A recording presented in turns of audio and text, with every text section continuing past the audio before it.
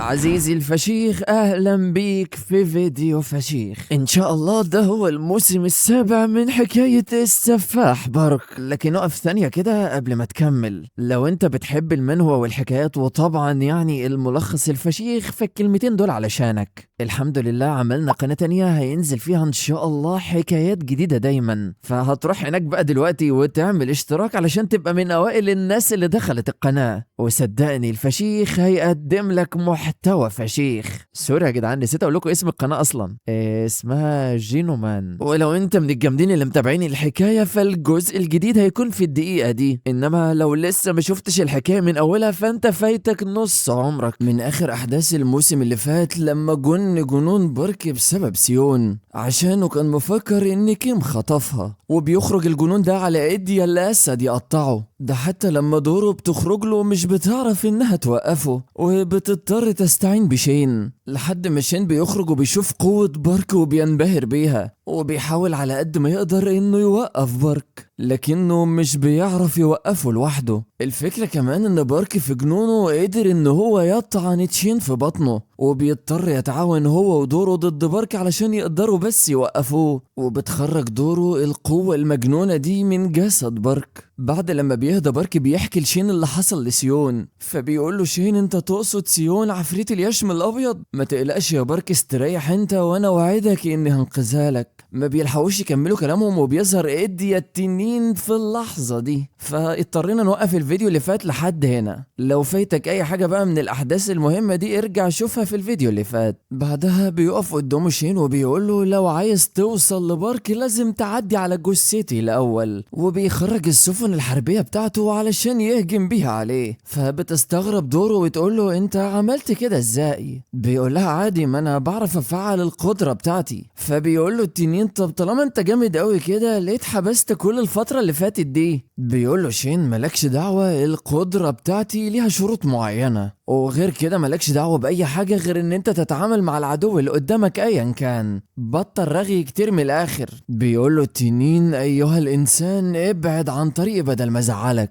صدقني هتموت موتة وحشة قوي. بيقول له شين يخرب بيت السذاجة بتاعتك، انا لو اتعصبت عليك ممكن احرقك مكانك وانت واقف. وبيتكلم مع نفسه وبيقول انا شكلي زودتها شويتين، هو قوي جدا لدرجة ان انا هتعب علشان اعرف اعوره بس. بيرد عليه التنين ويقول له انا دلوقتي فهمت ليه كيم بيخاف منك، بس كده كده كل ده مش فارق معايا، الفرق الوحيد هو ترتيب ميعاد موتك، انتوا كلكم مالكمش اي مستقبل. يلا بقى هات اخرك كده وما تضيعش وقت، ورينا هتعمل ايه. بيستعد شين وبيقول له طب ما تندمش بقى على الكلمتين اللي انت قلتهم دلوقتي دول يا حبيبي. وبيجهز اسطول السفن بتاعته علشان يهجم بيها على التنين، وبيضرب التنين ضربة قوية جدا. بعد بقى ما بياخد الضرب ده بيكون لسه واقف، وبيبص كده لتشين وبيقول له حلوة الضربة دي عجبتني، بس ده مش كفاية يا حبيبي علشان يوقفني. وبيهجم بكل سرعته على شين، فشين بيكون واقف قدامه وبيقول زي ما هو متوقع من ايديا التنين، بس عايز اقولك يا غبي انك ما انتاش ذكي. فبيتصدم ايديا التنين كده اللي هو ايه، ما بيلحقش ياخد الصدمة يا عيني، وبيلاقي دوره عطياله ضربة مطيراه. فبيقف على رجله بالعافية ويقول يا شوية نمل وربنا اللي دوس على وشكو. بتقوله دوره ده في احلامك ايها السحلية الغبية. بيشجعها تشين وبيقول لها ايوه كده هو ده الكلام. بيضحك ايديا التنين وبيقول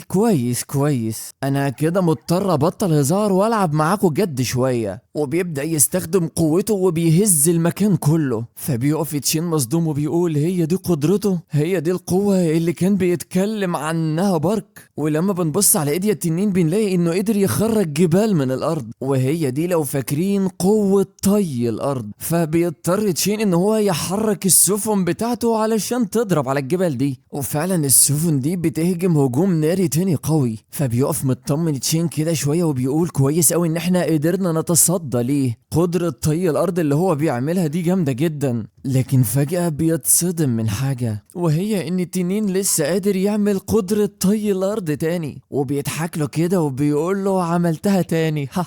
فبيتحط شين في موقف صعب جدا وبيقول طب انا قدرت اتصدى ليها اول مرة ومش هقدر اتصدى ليها مرة تانية. في الحالة دي بقى دورو انا بعتمد عليك يا دورو، حياتي كلها دلوقتي معتمدة على قدرتك. وبيحاول على قد ما يقدر انه يضرب بالسفن بتاعته على طي الارض بتاعت التنين، لكن اللي بيكسب في المعركة دي هي قدرة طي الارض. بعد ما الدنيا بتهدى بيقول التنين في النهاية قوتي هي اللي ساحقة عليك، يخرب بيت الملل، بارك قدر يقف قدامي فترة اطول منك بكتير. ما بيلحقش يكمل الكلمة وبيلاقي دوره بتهجم عليه، واول ما بتمسكه بيكون مش مصدق وبيقولها ايه ده انت لسه عايشة، وبتستخدم نفس الايديا اللي استخدمتها علشان توقف بارك من شوية، وشكلها كده باين عليها اثرت على التنين، لكنه بيكون لسه قادر عليها وبيقطع لها دراعها كده وبيقول انت كده دلوقتي بقيتي مزعجة، لو كنت فضلت ساكتة لحد ما انا مشيت كان زمانك حافظت على حياتك دلوقتي. بيكون تشين لسه موجود وبيقول له انت سمعت قبل كده عن جملة اسمها الحياة هي الموت والموت هو الحياة؟ بيبص له التنين وبيقول له ايه ده انت لسه عايش ايها الانسان؟ معنى كده ان السفن بتاعتك بس هي اللي غرقت، حيث كده بقى هاتها بدري بدري كده واستسلم يلا. لكنه فجأة بيشوف حاجة بتصدمه، بيشوف شين وهو واقف على ايد الدب صاحبه زمان، وده اللي احتجزه شين لو فاكرين. بيستفزه شين وبيقول له انا حاسس انك تعرفه، يا ترى ده اخوك ولا ابن عمك؟ بيسأله التنين وبيقول له انا كنت بسأل عليك انت اختفيت فين يا زفت انت، واكتشف دلوقتي انك اتقبض عليك بواسطة انسان، صدق انك وحش ملكش لازمة. بيكون الدب مرعوب وبيقول له يعني والله مش عارف يعني. بيتضايق التنين وبيقول له ايها الانسان انا معرفش انت عملت كده ازاي، بس هو انت كده مفكر انك هتقدر تقف قدامي وهو معاك؟ بيقول له شين انا عارف ان دي حاجة مستحيلة. وبيتكلم الدب مع تشين وبيقول له هو انت عايزني اتقاتل مع ايديا التنين ده؟ بيقول له شين لا انا ما استدعيتكش علشان تتقاتل معاه، انا استدعيتك علشان تتوف الحاجة اللي انت ابتلعتها واحنا في برج المية قبل كده، ساعتها دورو بتكون عارفة هو يقصد مين. بيقول له ايديا الدب انت كنت اجبرتني واحنا في البرج ان انا اكل حاجة ما كنتش عايز اكلها، لكنه فعلا بيسمع كلام شين وبيبصقها. اول ما بيشوفها التنين بيعرف ان ده هو ملك الحشرات، وما بيلحقش يعمل اي حاجة لان ايديا التنين بياخد ضربة جامدة جدا في وشه. وبيروح ملك الحشرات عند صاحبته دورو واللي بتقول له عدى وقت طويل قوي يا صديقي العزيز. بيقف كده قدامها ملك الحشرات وبيقول لها ايوه اديني رجعت اهو. حرفيا دورو بتعيط وبتقول له وحشني يا ابن اللذين يا صاحبي، اخيرا يا صديقي هنرجع نعيش سوا تاني، البشر ما عادوش اعداء لينا. فبيبص كده على شين والدب اللي كانوا محتجزين وبيقول لها ازاي يعني؟ بتقول له لا لا لا هم ما عادوش اعداء لينا ما تقلقش، عدونا دلوقتي هو اللي هناك ده، ايوه السحلية الضخمة دي قرفانة في عيشتنا. بيقوم التنين يقف بيتعصب وبيقول هو ده جه منين؟ بيقف قدامه شين هو والدب ويقول له يا ترى هتعمل ايه بقى دلوقتي يا عم الوحش؟ هل قوة طي الارض اللي عندك دي هتقدر تتعامل مع وحشين قمة وفوقهم انا؟ فبيتحرك جدا الدب وبيقول له طب وانا على فكرة انا معاكم في الليلة. بيضحك التنين في اللحظة دي ضحكة خبيثة، وفجأة بيصيح صياح يهز المكان كله. فبيخاف الدب وحرفيا بيعملها على نفسه، وبتقف دوره هي وملك الحشرات مستعدين لأي هجمة. وبيقول لهم التنين طيب أيها الإنسان أنا هوريك العنف بتاعي زي ما أنت عايز تشوفه بالظبط. أول ما شين بيحس بالهالة دي بيكون تقريبا عارفها، غالبا هي دي قدرة قمع الأفكار، أنا ما توقعتش إنه بيمتلك حاجة زي دي. بتطمنه دوره وبتقول له ما تقلقش يا شين احنا معانا هنا ملك الحشرات. وفعلا بيبدأ ملك الحشرات إنه يركز على التنين، وبتقول له دوره يلا يا صديقي خلينا نخلص عليهم. فعلا بيبدأ ملك الحشرات إن هو يستعد للهجوم، وبتخرج منه هالة مظلمة وبيندفع بسرعة مهولة ناحية التنين. بيجهز التنين لكمة قوية خزعبلية وبيقول له أنا المرة اللي فاتت اتضربت علشان كنت مهمل، بس ده بقى مش هيحصل مرتين. وبيضرب باللكمة بتاعته دي ناحية ملك الحشرات، فملك الحشرات برضه مش سهل وبيقدر يتصدى للهجمة دي، وبيحصل ما بينهم تصادم قوي جدا لدرجة ان من شدة قوته بيتراجع التنين. وبيقف كده وهو مش مصدق اللي حصل دلوقتي، وبيقول له كان المفروض اللكمة بتاعتي دي تخفض نص قوتك، لكن بيكون ملك الحشرات في كامل قوته وواقف قدامه. بيقول له التنين تصدق انت طلعت مثير للاهتمام ايها الاملة الصغيرة، خلينا نستمتع بالقتال بتاعنا اكتر. على الجانب الاخر بنروح لمكان ما بعيد فيه فلادي وبارك، وبتقول له فلادي احنا المفروض دلوقتي بعدنا بما فيه الكفاية. فبيكون بارك متضايق جدا من اللي حصل. بتقول له فلادي ما تبالغش يا بارك واستريح لحد ما كل الاعضاء يجتمعوا. بيقول لها يعني كل اللي انا هعمله اني استنى كده وخلاص من غير ما اعمل اي حاجة؟ بتقول له يا بارك انا فاهمة مشاعرك كويس، وحتى لو مفيش خطة احنا حاطينها في حالة جسمك لسه مش طبيعية، انت مجرد بس انك تقف على رجلك صعب عليك يا بارك. بيفتكر بارك اللي حصل له من صحابه، بيقول كل ده بسبب الطعنة اللي انا خدتها والضرر المتراكم من الحركات المتهورة وانا مش في وعي، بالاضافة كمان للقيود اللي اتفرضت عليا من قدرة دورو واني ما استخدمش قوة القتل. بتقول له فلادي حتى لو انت كنت هناك يا بارك فهتبقى عبء عليهم. بيبص لها بارك ويتكلم مع نفسه ويقول فلادي مصاصة الدماء دي ما يمكنش مقارنتها بالبشر، اي معركة ضد البشر هتكون كسبانة، لكن اي حاجة غير البشر والوحوش التانية دي الموضوع هيبقى صعب جدا بالنسبة لها. عشان كده هي فضلت محاصرة مع تشين لمدة 4 سنين في اعماق البحر. المهم يعني فلادي بتقول له انا هجمع بقية الاعضاء في المكان ده، حاول تستريح على قد ما تقدر يا بارك. بيسمع كلامها بارك اللي بيكون متضايق وبيفتكر اللي حصل ويقول بسبب نفاد صبري انا عرضت سيون للخطر واقنعت دورو انها تنضم لشين علشان نهزم الاعداء، ومع ذلك انا مش هقدر اساعدهم علشان انا مش قادر اتحكم في قوتي الخاصة، انا اللي كسرت الختم بتاع دورو، انا لازم اتعافى واساعدهم ولو شوية صغيرين، يا ريتني ما كانت ختم على قوتي. فجأة بيصدم بارك حاجة غريبة جدا وبيبص لايده وبيلاقي ان نية القتل لسه موجودة عنده. بيتصدم كده وبيقول ايه ده، هو انا كسرت الختم بالسهولة دي؟ ما اعتقدش ابدا ان الختم اتكسر كده، اكيد في اجابة للي حصل ده، يمكن القوة الغامضة اللي عندي هي اللي فكت الختم من غير وعي. ايوه صح، لان الايديا بتاعتي مش بتقتصر على نية القتل بس، ده ممكن تعالج جسدي وتعمل حاجات تانية، عامل كده زي فلادي اللي بتظهر قوة مصاصة الدماء الاسطوري وفي نفس الوقت بتتحول لخفاش، او التجسد بتاع شين لما بيتجسد في امير البحار ويستدعي السفن. انا زيهم بالظبط، تجسد الايديا بتاعتي بيخليني اعمل حاجات تانية. انا لما حصل لي اللي حصل لي قفز معدل التزامن بتاعي من 11% ل 50% في لحظة، بس برغم القوة دي كلها لسه غير كافي اني اقدر اتصدى ليهم برضه. السمة المجهولة الخاصة بالايديا بتاعتي انا لو قدرت اعرف ايه هي ده هيفرق معايا جدا، ممكن اتمكن من رفع معدل التزامن بتاعي لمستوى تاني. انا كده كده دايما بعرف اقرأ الايديا بتاعت الناس التانية، فبتهيألي برضو اكيد هقدر اعثر على القوة الخفية اللي موجودة بداخلي، ده غير كمان اني قدرت اتحول لقوي مجنون، وكان ساعتها حواسي ودقات قلبي لا تطاق. هل يا ترى هقدر استخدم التوسع الحسي علشان افحص ذاتي؟ وفعلا من كتر تفكير بارك بتبدأ الهالة تخرج منه، وبيحاول يستوعب الهالة دي داخل اعماقه، وبيبدأ ينشر نية القتل دي داخل حواسه علشان يعرف مزاياه وعيوبه، وبيقول انا مش هسيب الايديا تسيطر عليا تاني، انا لازم اتحكم بنفسي، انا دلوقتي في مرحلة تجاوز النفس. وفجأة بيلاقي بارك نفسه واقف في مكان غريب وبيبص حواليه كده، انا فين يا جدعان؟ هو اللي انا فيه ده بسبب محاولتي ان انا ابص لذاتي الداخلية علشان احصل على خصائص روحي؟ انا حاسس وكأني موجود داخل ذكرى، بس ازاي انا في مكان فاضي كده مفيش فيه اي حاجة؟ انا حاسس بالاحباط، هو ده جوه عندي؟ طب جايز اكون دخلت مكان غلط، طب انا لو فعلا دخلت مكان غلط هخرج من هنا ازاي؟ وفجأة اول ما بيتحرك بارك بيحس احساس غريب جدا، حرفيا بحس كل ما بمشي خطوة اني بيعدي 10 سنين، حاسس ان وقت طويل بيعدي في لحظة، ولما ببص لفوق بلاقي انه عدى 100 سنة. وفجأة بيلاقي حوت عنده قرون ظهر قدامه، ووراه على الارض موجود تعبان، والتعبان برضه شكله غريب، والاتنين بيقفوا يتأملوا فيه لدرجة ان بارك بيحس انه المفروض يختار واحد من الاتنين، فبيشاور على الحوت وبيقول اعتقد ان الحوت افضل من التعبان، لكنه بيتفاجئ لما بيلاقي التعبان لف على ايده وبيهجم عليه، فبيقول له ايه يا عم في ايه، انا ما اخترتكش انت، ابعد عني. ولما بيحاول بارك يتراجع بيقع على ظهره، وبيلاقي الحوت بيبص له، فبيقول هو بيبص لي كده ليه، هو بيشفق عليا، وبيكلم التعبان وبيقول له قلت لك ابعد عني، لكن التعبان بيهجم عليه، والاغرب انه بيدخل جواه وبيقرأ بارك الايديا اللي بيكون اسمها جنين قاتل الارواح، وبياخد باله كمان ان معدل التزامن دلوقتي زاد بنسبة 1% واصبح 51%. نسبة التزامن دي اللي هي الوحش استحوذ على قد ايه من جسد بارك. يعني التزامن 50% ده ان الوحش مستحوذ على 50% من جسد بارك. لكن فجأة بيحس بارك احساس اصعب واصعب وبيصرخ من الالم لما بيزيد التزامن ل 57%، وبعدها بيقفز ل 64% لحد ما بيوصل ل 83%، وبيحس بحرارة قوية جدا خارجة من قلبه، وبيبدأ يستوعب ان الثعبان ده بيرمز للشر. الشخصية المجنونة اللي عندي بتزداد قوة كل ما ترتكب افعال شريرة، معنى كده ان الحوت ده هو الخير اللي جوايا. وفجأة الحوت ده بيوجه شعاع ناحية بارك، وبيقرأ دلوقتي في الإيديا انه ما ينفعش يستخدم القوة دي الا لو في كارثة هتحصل، اللي هي القوة بتاعت ان الشر يسيطر على بارك بنسبة 100%. المهم يعني بتوصل نسبة التزامن دلوقتي ل 97%، وبيبدأ يستوعب انه لو وصل ل 100% الموضوع حرفيا ممكن يوصل لكارثة. وفجأة وبينما هو عمال يفكر بيخرج له سيف، وده بعد ما وصل لنسبة 98%. ولما بيوصل لنسبة 99% السيف ده بيكون متوجه ناحية قلب بارك، وقبل ما يوصل ل 100% بيخترق جسده. لكن الغريبة ان بارك مش بيشعر بالألم، ده بيكون في حالة كويسة لان التزامن وصل ل 99% ووقف، وتعبان الشر ده بيخرج من جسده. فبيمسكوا بارك كده وبيقول اوبا السيف ده شكله جامد، وبيستغرب بارك جدا انه لما بيسيب السيف ده من ايده بيرجع يدخل قلبه تاني. وبيقول بارك انا دلوقتي فهمت، التعبان ده دليل على الفترة اللي انا ارتكبت فيها جرائم القتل والجنون بتاعي، والحوت اللي هناك ده هو قاتل الارواح اللي بيطهر القوى الشريرة دي. من الاخر كده المساحة اللي انا فيها دي بتقولي ان انا عندي قوتين، والقوتين دول متساويين قد بعض بالظبط، ولازم ان انا اسيطر عليهم. وبيسحب بارك السيف ده من قلبه وبيقول انا دلوقتي فهمت كل حاجة، وفهمت ازاي قدرت اتخلص من تعويذ الدور المحرمة بسهولة، وازاي كنت بقدر اقرا الايديا بتاعت الناس التانيين. الخاصية اللي عندي دي ان انا دلوقتي بقيت بقدر امحو واقرا سجلات الاخرين واشيل لاي تعويذة انا اتلعنت بيها. بمعنى تاني من الاخر كده انا السيف المركب اللي هيتسلط في ظهر ملك الشياطين. ودلوقتي كمان في قوة جبارة اندمجت مع جسدي. وبيرفع بارك السيف وبيقول مسح السجل، فبيبدأ يحس ان كل الضرر اللي موجود في جسده بدأ يختفي. حرفيا جسده بيشفى بالكامل، والتقنية دي يقدر يستخدمها مرة واحدة كل 24 ساعة. وبكده انا عرفت الخصائص الثلاثة لجنين قاتل الارواح اللي عندي. اول واحدة هي سمة عدم الخسارة ابدا قدام خصم قوي، وان انا بحتقر قوته. تاني حاجة السمة اللي بتبرز الشكل الحقيقي لجنين قاتل الارواح اللي هي القتل نفسه، واني بقدر التهم الطبيعة. تالت حاجة واهمهم سمة قاتل الارواح ومحو السجلات. حرفيا انا دلوقتي اصبحت منيع، انا بالقوة دي اقدر احاربهم لوحدي. حوار مسح السجل ده بس لوحده ممكن يحاربهم اصلا. وعلى فكرة ملك الشياطين معاه خاصية زي دي، لان حتى لما بقتل الوحوش بتوعه بيقدر ان هو يستعيدهم تاني، وتقريبا عنده قدر لا نهائي من القوة دي. القوة اللي عندي دي بقى اعتقد انها تمكنني اخليه ما عادش يعمل كده تاني، لان ما يغلبش قوة زي دي غير قوة زيها. يعني معنى كده دلوقتي ان بارك عنده 3 اسلحة موجودين في جسده،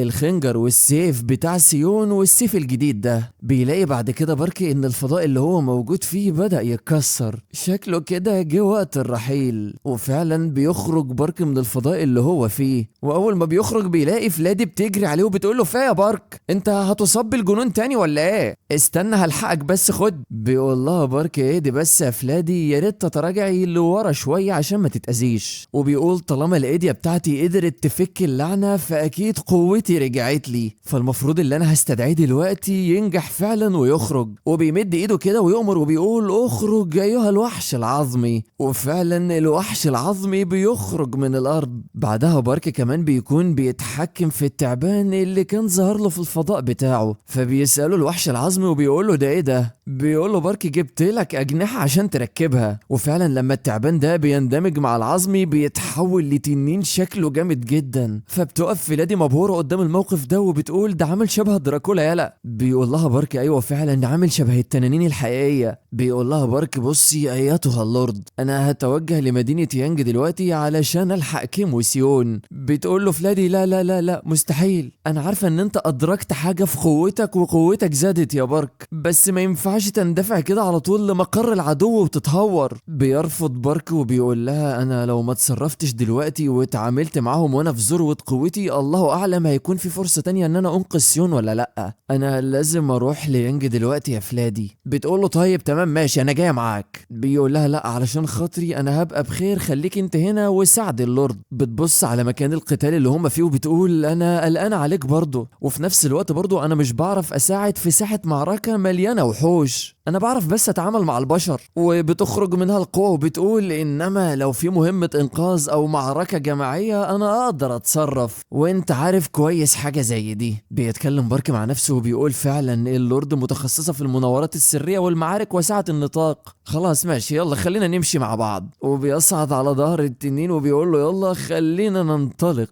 فبيقول له التنين يلا بقى خليني افرجك على مهاراتي الرائعة جدا في الطيران. بيرد عليه بارك وبيقول له حاكم بقول لك ايه، الاجنحة دي لسه متركبة لك ما بقالهاش دقيقة، بلاش تبقى تنين مزراب.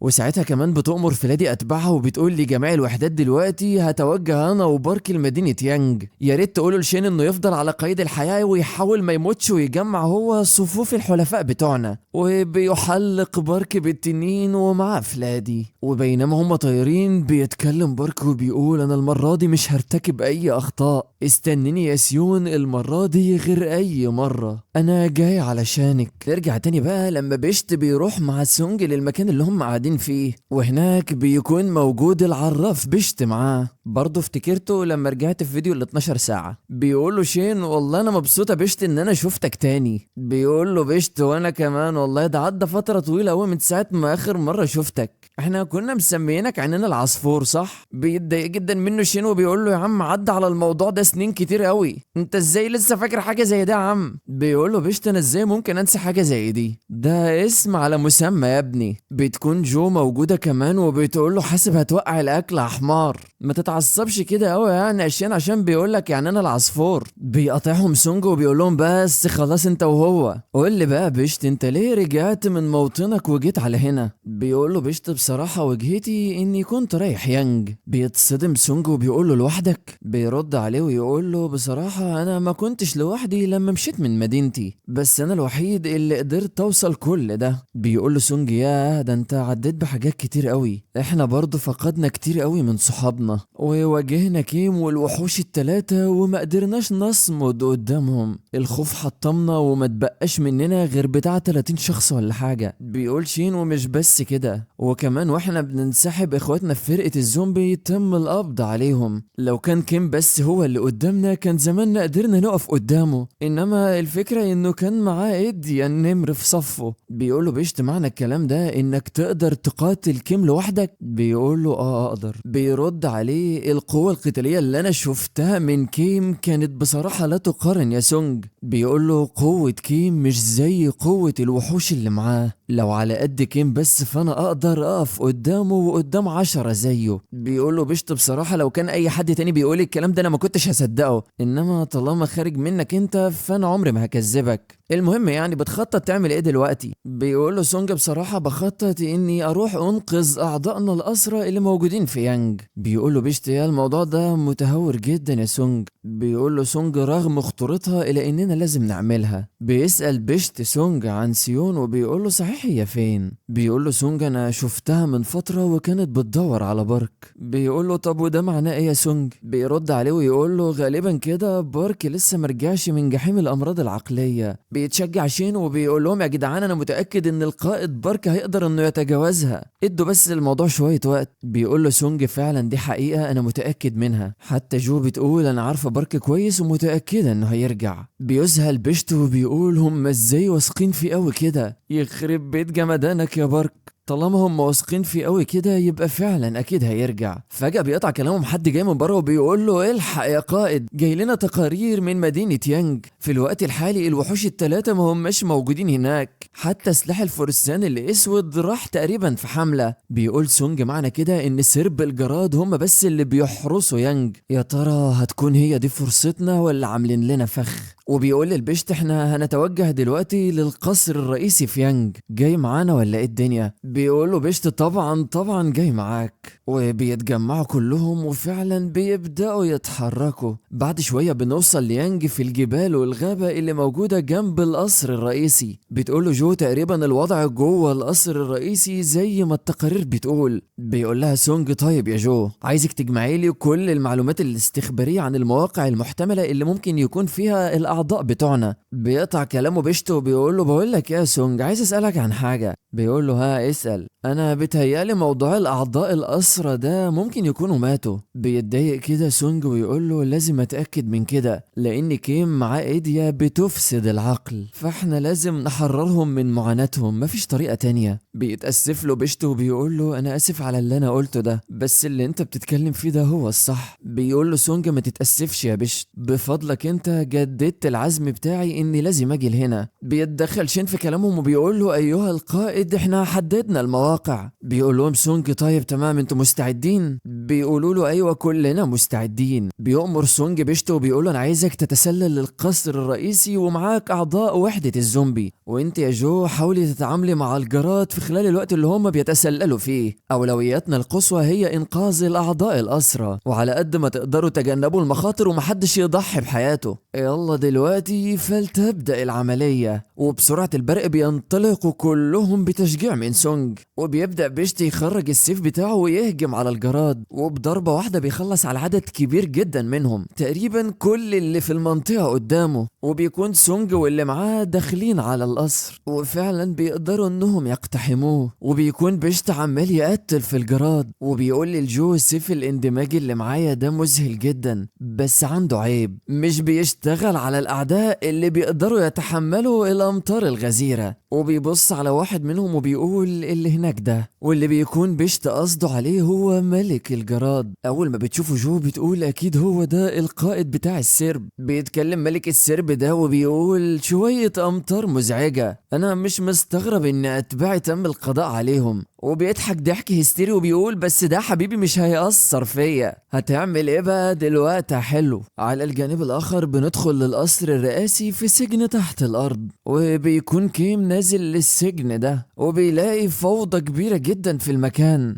وسيون هي اللي عاملة الفوضى دي. فبتقول له سيون اول ما بتشوفه انت لسه شفت فوضى؟ انا لسه ما عملتش حاجة. بيقول لها كيم برضه كل مرة نفس نبرة الغرور اللي عندك، صدقيني انت اللي هتندمي في الاخر. وبيستعد للهجوم عليها وبيقول لها صدقيني انك بنت مزعجة. فبتقرب منه هي كمان وبتصد الهجوم بتاعه. بعد ما بتصده بتقول له كل اللي انت بتقوله ده مش هيجيب سكة معايا. فبيتضايق وبيقول يخرب بيت ام السيف اللي معاكي ده، انا فاكره من ايام البنك وهو سيف مزعج. بتقول له سيون انت السبب علشان ما تخلصتش من السيف المزعج ده من زمان. بتبص سيون وراها وبتتفاجئ ان اصحاب بارك من فريق الزومبي بدأوا يفوقوا ويرجعوا لرشدهم. فبيقول لها كيم ده حتى اللي انا حولتهم لمجانين رجعوا تاني. الظاهر عليا كده ان انا كنت مهمل معاكي، بقالي شوية سايبك وانتي بتتعدي حدودك بقالك شوية ايام. بتقول له سيون انا بقول اني اموت احسن ما ابقى لعبة عندك، على الاقل على ما تعمل كده هفضل اخليك عالق هنا لشوية ايام. بيقول لها وهتفرق ايه يعني، ايه المشكلة لما افضل مقيد هنا لشوية ايام؟ بتقول له سيون الله اعلم، انا من وجهة نظري شايف ان انت تقعد لك هنا شوية هو مكسب لينا. بيبدأ يستوعب كيم وبيقول لها ليكو. بتقول له سيون هو انت علشان عندك شوية عقد احباط بتطلعهم علينا من خلال تعذيبنا؟ اقتلنا يا عم وريحنا. بس انا من وجهة نظري شايفة ان انا لسه ليا قيمة عندك كرهينة. تاني حاجة انك مش هتتحمل اهدار القليل حتى من قوتك علشان الله اعلم داخلين على ايه. بيستوعب كيم وبيقول لها انا فهمت قصدك، انتي تقصدي ان سونج هيجي هنا وهيبقى معاه بارك بقى والحاجات دي. صدقي انك فعلا فتاة عفريتة ذكية ومزعجة، بس انتي في مأزق كبير برضه. وبيستخدم الايديا بتاعته عليها وبيخليها مش قادرة تتحرك. بتبدأ سيون تستوعب وبتقول هو مش هيقدر يعمل اي حاجة طول ما هو بيستخدم الايديا دي. انا اقدر اهرب بينما هو بيعمل كده، بس الاتنين اللي معايا مش هيقدروا، واللي بيتأسفوا لها لانهم مش هيعرفوا يهربوا بنفس سرعتها. بتقول لهم سيون ثقوا فيا يا اصدقاء زوجي. بيكون كيم واقف يتفرج عليهم وبيقول لهم يا على المنظر المؤثر. انا هقول لكم على حاجة اخيرة، احنا بعتنا الوحش الرابع للمكان اللي موجود في بارك، واوعدكم انه هيرجع بجثته. بتتضايق سيون لانها عارفة قوة الوحش اللي رايح لبارك. بيضحك كيم وبيقول لها نظرا لتعبيرات وشك انت فهمتي اللي هو داخل عليه. خلينا بقى نشوف هيقدروا يصمدوا قدامه قد ايه، سواء وصل لبارك وخلص عليه او انت مت من الارهاق، كلها نفس النتيجة. دي بجد حاجة مثيرة. فجأة بيجي حد الكيم من وراه بيقول له الحق يا قدارة، وبيوشوشه كده بكل اللي حصل. فبيتصدم كيم وبيقول له فبيقول واحد من صحاب بارك النظرة المرعبة اللي على وشه دي اكيد القائد جه. وبتتكلم سيون مع نفسها وبتقول مستحيل سونج او المستشار يوصلوا لهنا، لكن اني اشوفه مرتبك كده دي فرصة اني اعمل معاه الغلط واهزه. بتزعق له سيون وبتقول له شكل كده الموضوع كبير، انت المفروض تخرج دلوقتي. هتعمل ايه بقى؟ حلو، في اللحظة اللي انت هتخرج فيها من الباب انا هعمل الجلاشة مع اي حد موجود هنا وهخرج. بيتضايق منها كيم وبيقولها صدقني انك بنت جريئة، معنى كلامك ده ان انا مفيش قدامي خيار، وفي نفس الوقت مش هينفع اسيب اللي تسللوا ودخلوا القصر. وبيخرج سيفه وبيقول لها للاسف مش هعرف اشوفك وانت بتموتي ايتها العفريتة. وبيضرب ضربات كتير جدا بسيفه وبيقول لها فاكرة اللي حصل في البنك لما وقعت السقف؟ اهو ده اللي انا هعمله فيكوا دلوقتي. وفعلا بيبدأ المبنى يتهد ويقع قدامهم. وبيقول لها لو فضلت لسه على قيد الحياة وخرجت من هنا انا متأكد اني هقابلك تاني. وبيسيب السقف يقع على دماغهم ويخرج. في اللحظة دي بتخرج سيون العباءة بتاعتها وتحمي اللي معاها وتحمي نفسها. بعد ما الدنيا بتهدى بتقول شكلي استفزته شوية حلوين، بس للأسف المخرج اتقفل قدامنا. انا لو كان معايا سيف جنية الرمل دلوقتي كان زماني عرفت اخرج،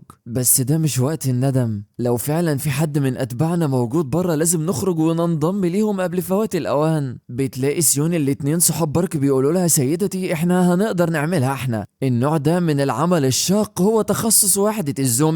وبيبدأوا يخرجوا طاقتهم علشان يحوشوا السقف اللي وقع، لكنهم بيتفاجئوا ان الايديا بتاعتهم اتغيرت وان في ايديهم خنجر. بتقول لهم سيون للاسف انتوا مش هتعرفوا تستخدموا الايديا بتاعتكم لان لسه في عندكم تلوث عقلي بسبب اللي حصل لكم، ابعدوا انتوا على جنب وانا هعملها. لكنهم فجأة بيتعصبوا وبيصروا انهم لازم يروحوا يحوشوا هم الطوب، وبيقعدوا يضربوا في الحاجز الصخري ده بدون اي فايدة. وبتقول لهم هي يا جدعان اسمعوا الكلام مش هتعرفوا، انا فاهمة مشاعركم واللي انتوا عايزين تساعدوا بيه. بيقول لها واحد منهم فاكرة يا سيدتي لما وقعنا في فخ الراجل ده اللي اسمه كيم وهجمنا عليكي انت وبارك؟ بتقول لهم ايوه، وفي نفس الوقت برضو انا عملت معاكم الغلط. بيقولوا لها بصراحة احنا كنا عايزين نبقى زي القبطان بارك، بس مش الايديا بتاعته اللي كنا عايزين نقلدها، احنا كان كل هدفنا نقلد روحه وقوته اللي ما بتلينش ابدا. علشان كده والله ما نستسلم. وبيشجعوا نفسهم تاني وبيحاولوا يكسروا الحاجز الصخري. وفجأة بتشع الايديا بتاعتهم، وفجأة شكل الخنجر بتاعهم بيتغير لونه وبيتحولوا فجأة لأدوات مفيدة وأقوى طبعا من الخنجر. بتفرح سيون وبتقول لهم قوتكم العقلية بدأت ترجع. فبيرتعشوا من كتر الحماس وبيبدأوا يهجموا على الحاجز الصخري، وبيقولوا هو ده الوقت ان احنا نتعمق في الجدار، حرفيا احنا مفيش اي حاجة هتقف قدامنا. ساعتها بتوقف سيون بتتفرج عليهم وهي مندهشة بيهم وبتقول بجد يا بارك انت بتقدر تغير كل اللي حواليك. في نفس اللحظة دي بنخرج بره القصر عند ملك الجراد،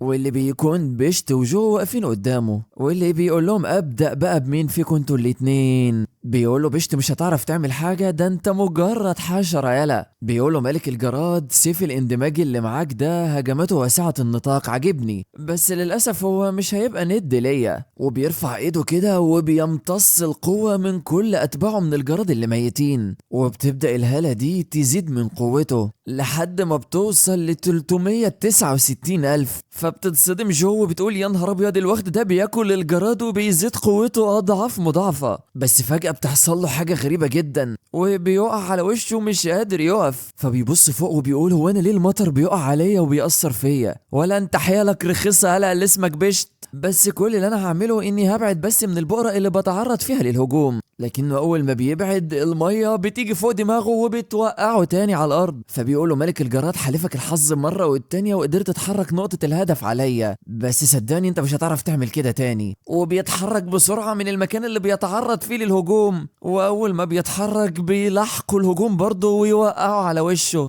وبيتحرك تاني وتالت وبيفضل يتضرب مرة واتنين وتلاتة لحد ما بيجيب اخره، اللي هو يا عم ارحم امي بقى. بعد ما بيجيب اخره بيقوله انت ازاي يا واخد انت تنبأت بحركاتي كلها؟ بيضحك بيشت ويقوله انا ممكن فقدت الايديا بتاعتي، بس خبراتي المتراكمة وانجازاتي لسه ما اختفتش. بيتضايق جدا منه وبيقوله تصدق انك مزعج يالا يا سرب الجراد، ايه جيموا عليه خلصوا عليه دلوقتي حالا. بتقف بقى قدام سرب الجراد ده جو وباقي اعضاء فريق الزومبي وبتبدأ تتصدى ليهم وبتقول له ما تقلقش، طول ما انا موجودة مفيش اي حشرة فيهم هتقرب لك. وفعلا بيبدأ سرب الجراد ده يهجم عليهم وبيحاولوا انهم يكسروا درع الحماية اللي جو عاملاه، لكنهم مش بيعرفوا. وبيقعد اعضاء فريق الزومبي يضربوا فيهم. فبيقف بيشت قدام ملك الجراد وبيقول له ها ايه رأيك بقى في اللي بيحصل ده؟ قول لي كده هتعمل ايه؟ طبعا ملك الجراد بيجز على اسنانه اللي هو وربنا لو جيت تحت رجلي لافعصك، وبيزعق وبتنفجر منه قوة بتفضي كل المكان تحتهم. وبيبدأ بيشت وجو وكل الأعضاء اللي معاهم يسقطوا لتحت وكأن في حفرة ضخمة جدا هما مش شايفين نهايتها اتفتحت تحتهم. بيقف على قمتها ملك الجراد وبيقول له ها قول لي بقى عاجبك كده الموقف اللي انت محطوط فيه؟ في نفس الوقت ده داخل سجن القصر بيوصل سونج واللي معاه، واللي بيكونوا منبهرين ان في مكان اصلا زي ده موجود تحت الارض. اللي موجود تحت الارض ده زنزانة من العصور الوسطى. بيقول لهم سونج اسكتوا بقى وبطلوا كلام وكله يركز في الطريق، ممكن يطلع لنا اي وحش واحنا ماشيين. بيقول لهم شين ما تقلقوش، كده كده انتوا عارفين قدراتي، مفيش حد هيقدر يقف قدامي. فجأة بيبص قدامه بيقول يا دي النيل انا لسه ملحقتش حتى اخلص كلامي، في قدامنا اعداء هناك هم شكلهم كتير. لما بنشوفهم بقى بيطلعوا فعلا زومبي حقيقيين. بيهاجم سونج وبيقول لهم كله يضرب الايديا بتاعته ويخلص عليهم، وفعلا بيبداوا يخلصوا عليهم بسرعة وفي خلال لحظات بيكونوا مخلصين عليهم. فبيقول شين زي ما هو متوقع من الرئيس سونج كده كده عارفين ان انت جامد يعني سونج. وبيندفع الباقيين يضربوا بقية عدد الزومبي اللي موجود، لدرجة ان في زومبي من الزومبيات دي بيقول له يا عم انت بتضربني جامد كده ليه؟ فبيقف مصدوم وهو مش مصدق ان الزومبي ممكن يتكلم. لكن ساعتها بيتدخل سونج ويدافع عنه وبيقول له ما تظهرش رحمة لاي حد، للاسف احنا مش هينفع نرجعهم بشر تاني، لازم نقتلهم ونرحمهم من معاناتهم. طبعا بيكون متضايق جدا اللي هو احنا فعلا مش هنقدر نعمل اي حاجة، وبيندفعوا بكل قوتهم علشان يخلصوا الزومبي دول من معاناتهم. وبيشجعهم شين وبيقول هم دول اعضاء الزومبي اللي بجد، احنا اللي هنسحق كيم وكل الشياطين وملك الشياطين كمان. فما بيلحقش برضه يكمل الكلمة وبيظهر ورا كيم.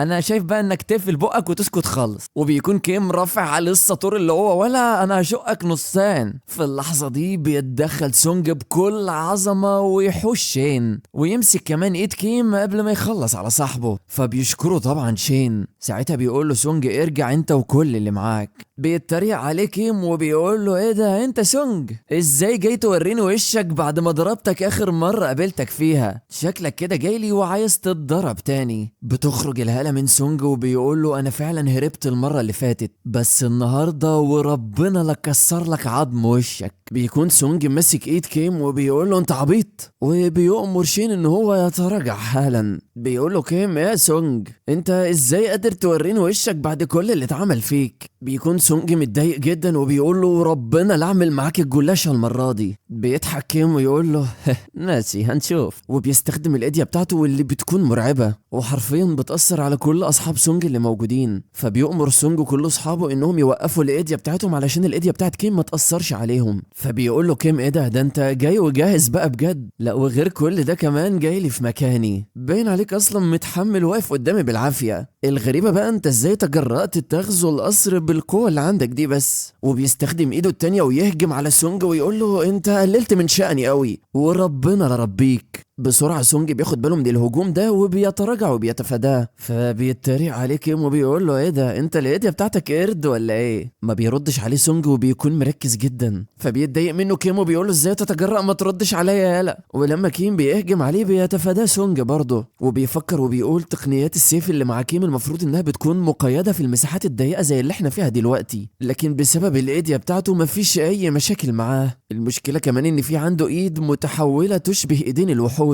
في المعركة الاخيرة الايد دي لما كانت بتلمس اي حد كان بيتلعن، كلتا اليدين بيحملوا ضربات ما يمكنش صدها. والموضوع ده وحش قوي بالنسبة لي لاني لازم بقاتل قتال عن قرب. بيقف كيم قدامه وبيقول له انت هتقعد تبعد كده كتير عن الضربات بتاعتي ولا ايه؟ وبيخرج له نار من ايد الوحش وبيقول له وريني هتتعامل ازاي بقى مع دي. وبتكون النار بتاعت كيم منتشرة في كل مكان. بيبص سونج وراه بيلاقي اصحابه بيتهجم عليهم من الزومبي، وطبعا مش عارفين يستخدموا الايديا بتاعتهم علشان ايديا كيم متأثرش عليهم. ساعتها بيستوعب سونج وبيقول يخرب بيت كده ايه الموقف ده؟ بيتريق عليه كيم وبيقول له ايه رأيك بقى؟ شكلك كده عايز تستسلم بدري. بيتحدى سونج وبيقول له استسلم؟ انت فعلا لسه ما تعرفنيش. بيتصدم كيم وبيقول هو جاب الثقة دي منين؟ فجأة بينده سونج على اصحابه وبيقول لهم يا فرقة الزومبي كلكم اطلقوا العنان للايديا بتاعتكم وامنعوا اي اعداء اخرين من ان هم يقتربوا من المكان اللي موجود فيه انا وكيم. بيقول كيم لسونج انت عبيط يالا، واقف قدامي وعمال تتكلم ومفكر نفسك هتهزمني. بيسأله سونج ويقول له قول لي كده يا كيم انت امتى اخر مرة اتدربت؟ بيقول له كيم خليك كده واقعد صرصر بالكلام، لكنه فجأة بيتصدم لما بيشوف قوة سونج اللي بدأت تخرج منه. الهالة بتاعته فجأة ارتفع مستواها، وبيقول له سونج خطة تدريبي بقى انا هبهرك بيها دلوقتي. وفجأة بتخرج منه ايديا اقوى واقوى بمراحل، وبيقول له انا هوريك الجهد اللي انا بذلته. حرفيا من شدة الهالة بينور المكان حواليه، وبيبدأ كيم يستوعب ان الايديا دي حاجة اسمها التآكل المكاني، وبتبدأ ايد كيم الوحش تختفي. وبيقول له سونج الجسم السليم في العقل السليم. هي مش المفروض كانت العكس؟ بيكون كيم مش مصدق وبيزعق وبيقول له ازاي شخص زيك يوصل للقوة دي؟ ده انت مجرد صعلوك يالا. بيستعد سونج ويقول له بقول لك ايه يا كيم، جهز لي بقى وشك علشان هلعب البخت فيه دلوقتي. وبينطلق ناحيته بكل سرعة. فبيستوعبها كيم وبيقول ايه الهجمة البطيئة دي؟ لكن الاغرب بقى من كل ده ان كيم بياخد الضربة في وشه حتى وهي بطيئة. بعد ما بياخد البوكس في وشه بيقول جسدي مش قادر يواكب سرعته البطيئة، ده حتى الضربة اللي باخدها في وشي كأني اتضربت بمدفع. بيقول له سونج ايه رأيك بقى وانا بلعب البخت في وشك؟ بيتضايق كيم وبيروح يهجم على سونج، لكن بكل سهولة سونج بيصد هجمته وبيردها له ضربة أضعاف مضاعفة، وبيمسك وشه كده وبيفحر بيه حفرة في الأرض، وبيقعد ينهال عليه باللكمات اللي كيم مش عارف يصدها. بعد ما بيعمل فيه كل ده بقى بيمسكه كده وبيقول له خد الضربة القاضية في الحتة الفاضية، وفعلا بيديله القاضية يطيره. بعد ما كيم بيقع على الأرض بيقول له سونج يا ريت تموت بهدوء بقى يا كيم. بيتكلم كيم وهو مش قادر وبيقول له ما كنتش أتوقع إنك بتمتلك قدرات زي دي، بس من حسن حظي إن أنا اللي قابلتك مش ملك الشياطين، لأن لو كنت تقاتلت مع بارك أو سيون كان ممكن الوضع يختلف. بيتصدم سونج أول ما بيقول له كده. بيكمل كلامه كيم وبيقول له إيه ده أنتوا كنتوا عارفين بعض ولا إيه؟ بيقول له سونج انت شفت بارك هو رجع؟ بيضحك كيم ويقول له انت مش قلت هتقتلني؟ يلا اقتلني، الايديا بتاعتك مش هتقدر تطول اكتر من كده. بيحسبها سونج مع نفسه وبيقول فعلا ما عادليش وقت كبير اقدر استخدم فيه الايديا، وفي نفس الوقت ما ينفعش يأثر عليا بكلامه، لازم اغتنم الفرصة. وبياخد القرار انه هيقتل كيم في ال10 ثواني اللي جاية. بيقول له كيم 10 ثواني ده وقت كبير قوي، لكن فجأة بيبدأ يتشقق المحيط اللي سونج عامله وبينزل منها ايديا النمر. شت انها المدعكة. ساعتها سونج بيتحط بيتحط في موقف لا يحسد عليه، لانه بيستوعب ان كده مفيش قدامه اي فرصة انه يكسب، وفي اللحظة دي بيحدد هدفه وبكل سرعته بينقض على كيم عشان يخلص عليه ويخلص. لكن كيم بيضحك وبيقول له فات الاوان يا عبيط، وبيتدخل ايدي النمر ويدافع عن كيم. في اللحظة دي بيضطر يتراجع سونج وبيقول في كلتا الحالات انتهت المعركة، هل هنخسر الفرصة اللي ما صدقنا ان احنا نلاقيها بالطريقة دي؟ بيظهر الغرور في عينين كيم تاني وبيقول له شفت بقى ان القدرة بتاعتك كانت عديمة الفائدة، حاول كده تستخدمها عليا مرة تانية وانا متأكد ان ايدي النمر هيسحقك. بيقف سونج يفكر وبيقول كان من الخطأ ان انا طولت معاه، ما كانش ينفع اتردد لحظة واحدة في ان انا اقتل كيم، انا كده فقدت المبادرة في القتال ده. بينتهي المجال اللي سونج كان عامله وبيلاقي حد من اتباعه بيسأله وبيقول له هنعمل ايه دلوقتي يا قائد الفريق؟ بيقول له سونج ما عادش قدامنا اي فرصة، حتى لو تراجعنا او استسلمنا فهيتم قتل الجميع الا انا. يبدو كده وكأن هي دي نهاية المطاف لينا.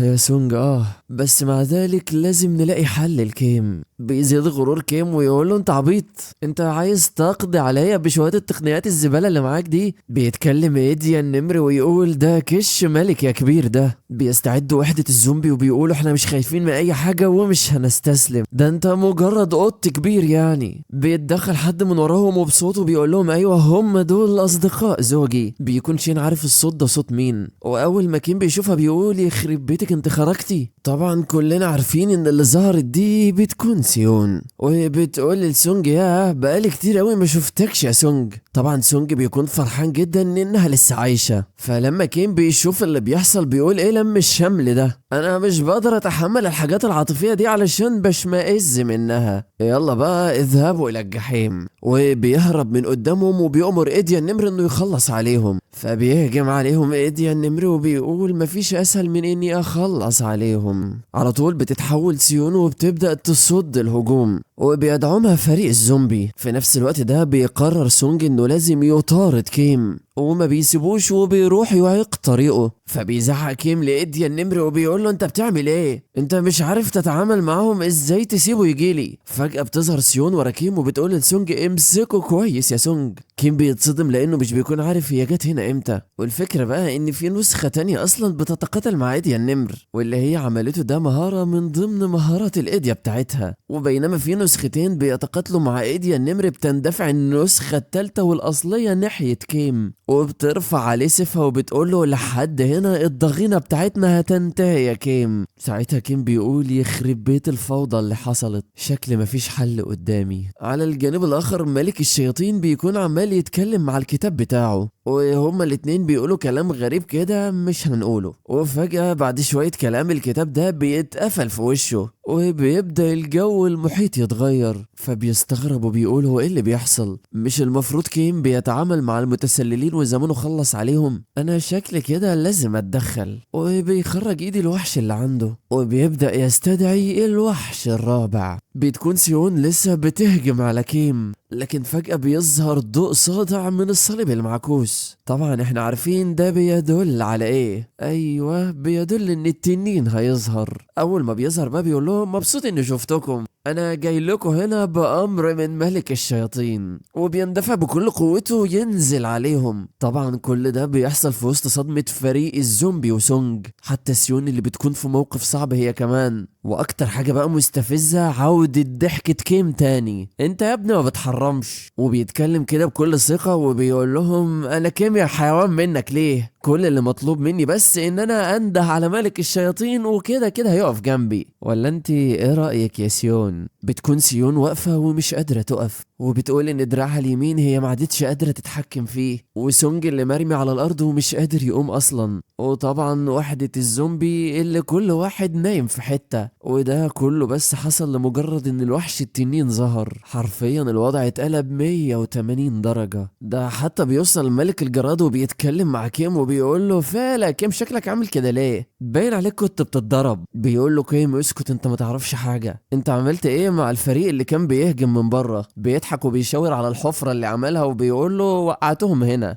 زمانهم دلوقتي وصلوا للصرف الصحي. بيقول له كيم حلو قوي خرج لي الاوغاد دول. بيرد ملك الجراد ويقول مش المفروض الاول نخلص من دول؟ بيضحك له كيم ويقول له انت مش شايف ان الكفة في صالحنا؟ حتى لو هم خرجوا مش هيعرفوا يعملوا حاجة، احنا لازم نعاقب كل المتطفلين مع بعض. بيبدأ يستوعب ملك الجراد وبيقول على رأيك كده كده الكفة في ناحيتنا، مفيش اي حد منهم هيقدر علينا. بيسمع ملك الجراد الكلام وبيخرجهم. بيبدأ يفوق بشت كده وهو مش عارف ايه اللي بيحصل. انا حرفيا مش قادر حتى اقف على رجلي. اول ما سيون بتشوفه بتقول له ايه ده بشت، حتى كمان هو بيستغرب وبيقول لها انت ايه اللي جابك هنا، وبيتصدم كمان لما بيشوف الوحشين متجمعين. ساعتها بيقوم يقف وبيتوجه ناحيتهم وبيقول انا جيت هنا وانا مستعد كده كده للموت، وحتى لو موتوني هكون الحقت بيهم اكبر قدر من الضرر قبل ما امشي. بيتريق عليه كيم وبيقول لسه بتخطط رغم الموقف اللي انت فيه؟ انا اللي اعرفه عنك انك مش شخص احمق. بقول لك يا ملك الجراد، عندك اي افكار نعاقب بيها الحمقى الجهله اللي تجرأوا انهم يحطوا رجليهم في القصر؟ اختار لهم كده عقاب على ذوقك. بيقول له ايه رايك نقطع اطرافهم حتت حتت ونسيبهم لحد ما يموتوا من الالم؟ بيقول له كيم لا لا لا ده مش كفايه عليهم، عايزين اصعب عشان نعملهم عبره لاي حد يفكر يتمرد علينا. لازم نقدم عرض يليق باللي هنعمله فيهم. انا كنت محضر حاجه معتبره لليوم ده. وبيستدعي وحش كده شكله غريب، فلما الوحش ده بيبدأ يظهر بيستعد بشت علشان يهجم. واول ما بيشوفه بيقول لاي مدى انت تخليت عن انسانيتك؟ بيقول له كيم اللي قدامك ده عمل فني من البني ادمين، لان زي ما انت عارف ان اي حد بيجي لي هنا بيكون مستعد ان هو يموت، فانا بعمل لهم اللي هم عايزينه. فانا بصراحه لما اسيبهم يموتوا كده مستريحين ببقى مش مستريح. وبيأمر الكائن اللي هو مشكله ده انه يبدأ يتحرك، وبتبدأ الارواح دي انها تشكل دايره وبتطلعه بس مباشر في كل المدينه، واي حد موجود في المدينه بيقدر انه يشوف كيم ويسمعه. وبيتكلم وبيقول نداء لكل اللي في المدينه، الرفاق دول ارتكبوا خطيئه ان هم حاولوا يغزوا القصر بتاعنا. عايزكم بقى تتفرجوا كويس قوي على العقاب اللي الدخلاء دول هيتعرضوا ليه دلوقتي. انا متاكد ان في البعض منكم فضوليين وعايزين يعرفوا احنا بنعمل ايه في اللي بيحاول يهجم علينا او يعمل معانا اي حاجه مش عجبانا. من الان فصاعدا العقاب اللي هيتنفذ عليهم هيتناقش في ذاكرتكم. بيكون شايف اللي بيحصل ده بارك وفلادي، وبيقول ده بيتكلم على سيون وسونج وفرقة الزومبي، وبيتكلم مع الوحش العظمي ويقول له انا عايز انتقل لهناك انتقال آني، انا لازم الحق صحابي. وبينما هم طايرين بتقول له فلادي بص يا بارك، اللي هناك دول هم جيش سلاح الفرسان، شكلهم كده راجعين من القتال اللي كانوا بيخوضوه ومتوجهين ناحية القصر، اكيد في جيشهم وحوش عملاقة وعددهم زي ما انت شايف كبير جدا. بيقول لها بارك ايوه فعلا صدقي دول لو وصلوا للقصر هيبقى انقاذ رفاقنا حاجة مستحيلة. بتقف فلادي كده وبتقول له طيب انا مفيش عندي خيار تاني، سيب لي انا الجيش ده هتعامل معاه، واطلع انت على القصر يا بارك انا واثقة فيك. وبتقفز من على ظهر العظمي وبتقف لوحدها قدام جيش الفرسان وبتقول اخيرا جه دوري، تعالوا لي ورا بعض اللي هيعدي الخط ده هيموت. وبتبدأ تستدعي زومبي من الارض يواجهوا الجيش ده، وبيبدأ القتال ما بينهم. في الأعلى بيكون بارك متوجه بكل سرعته للقصر، وبيبص على فلادي وبيقول لها شكرا ليك على الخدمة دي يا فلادي. وبيبص على صورة كيم وبيقول له جاي لك يا ابن الصرمة. بيكون كيم بقى عمال بيتكلم مع أصحاب بارك وبيقول لهم أنا هسيب واحد بس منكم عايش، عايزكم تتقاتلوا كده قتال لحد الموت، واللي هيتبقى منكم هو اللي هيفضل موجود. فبيقول له بيشت انت مفكرنا يالا تعبان يالا، احنا جايين علشان ننقذ بعض مش علشان نخون بعض، احنا هنتقاتل لحد ما نموت كلنا. بيفضل كيم يضحك لكن بيشت بيسأله بيقول له ايه اللي بيضحكك في كلامي؟ بيقول له كيم انا عايز العالم كله يسمع القرار اللي انت خدته ده، انا هخليك تندم علشان ما نفذتش امري. بيكون بيشت بيحضر هجوم يهجم بيه على كيم، فبتنزل نقطة مطر كده على دماغ كيم، وفجأة بيقع مطر كتير جدا على دماغ كيم لدرجة انه بيتخض، وبيكون هو الوحيد اللي الدنيا عمالة تشتي عليه. طبعا كيم بيتضايق جدا لانه تهان قدام كل العالم وقدام كل اصحابه،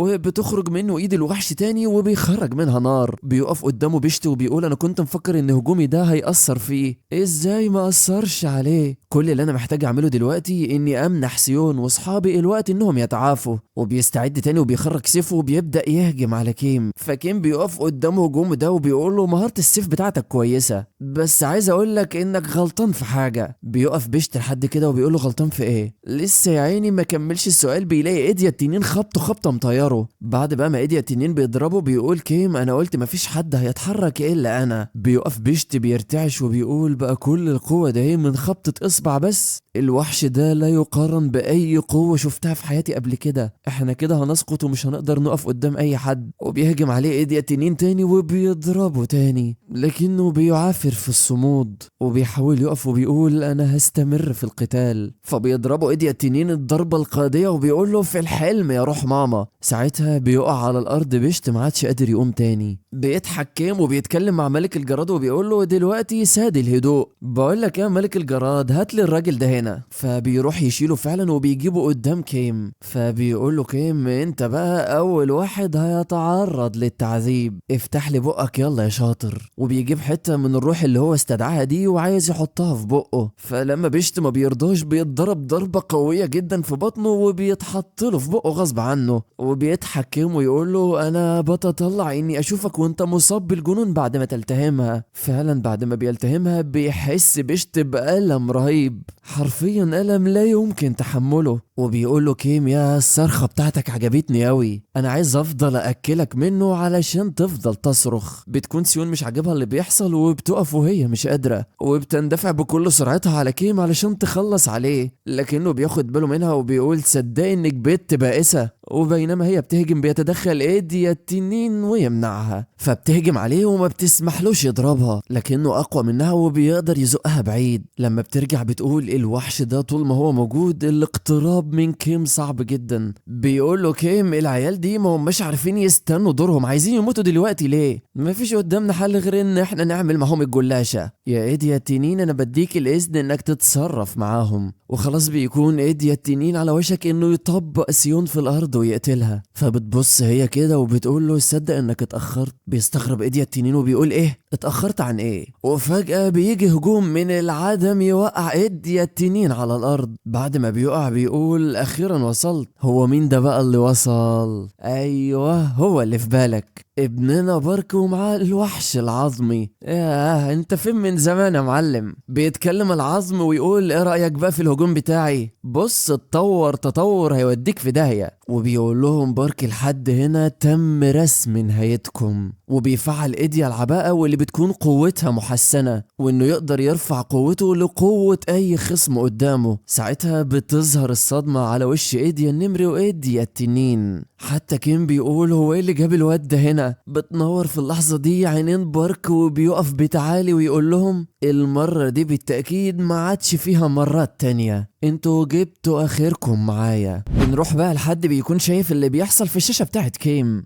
وبيقول اللي بيحصل ده حصل في وقت اقرب من ما انا توقعت. انا قدرت دلوقتي اتأكد من المكان اللي الاشخاص دول موجودين فيه. هروح بقى دلوقتي علشان ارد الجميل. وبيقفز من اعلى المبنى وبيقول انا محظوظ ان انا اتحركت قبل الوقت المحدد، انا متأكد اني هتمكن من تغيير قلوب الناس المستخبيين في كل مكان، علشان كده استناني يا بارك. يا ترى مين الشخص ده بقى؟ ده اللي هنعرفه شوية كده. على الجانب الاخر بتظهر البسمة على وشوش فريق الزومبي بسبب وصول بارك. اخيرا وصلت يا باروكا. ده حتى سونج كمان بيكون مبسوط ان بارك وصل، وبيشت كمان اللي بيكون حتى مش قادر يفتح عينيه. وسيون وما أدراك ما سيون. بيكون بارك واقف فوق العظمي وعمال يبص على كل اللي موجودين، سيون وسونج وبيشت وفيلق الزومبي. اوه ماشي يا كيم. لكن لما بارك بيتعصب بيهدي نفسه وبيقول اهدى يا بارك، اضمن حماية اتباعي الاول وبعد كده اعمل اللي انا عايزه. وبتبدأ تخرج قوة العظمي وبيبدأ بارك يستدعي سيف الرمال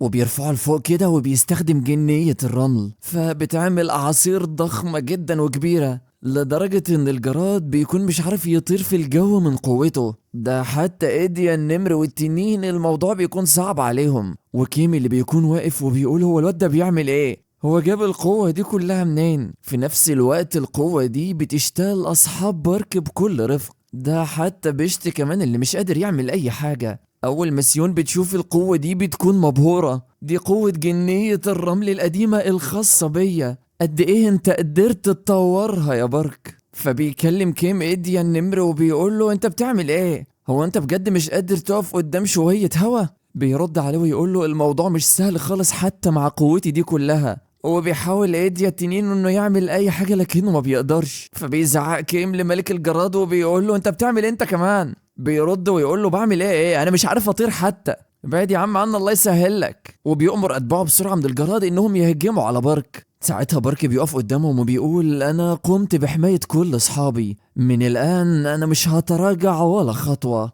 وبيؤمر بارك العظمي كسر العظام اكل اللحوم ان هو يضربهم مرة كمان. ومن اللحظة دي بيتغير الجو تماما حوالين بارك، والعظمي كمان اللي بيبدأ يستعد علشان يشن هجوم يطيح بهم كلهم. وفعلا بيضرب ضربة حرفيا بيخرم بيها الأرض، وبالجراد أي جراداية بيجي عليها الهجوم ده بيحولها لرماد فورا. بيقف كيم قدام اللي بيحصل في ذهول وبيقول لو الوضع استمر كده القصر ممكن يتدمر. وبيؤمر ايديا النمر وايديا التنين انهم يحموا القصر. فعلا بيقفوا قدام الهجوم ده ويصدوه بالعافية وهم مش قادرين، لحد ما بينتهي العظمي من الهجوم. وبيقف ملك الجراد يتأمل في حال أتباعه وبيقول نص أطفالي اختفوا في هجوم واحد، أيها الشيطان أنا مش هسامحك. وبيندفع بكل قوته ناحية العظمي. فبيقول له بارك أنا هسيب لك المسؤولية دي، وقفه لحد ما ارجع لك تاني. وبينزل بارك من على العظمي يقف قدام سيون.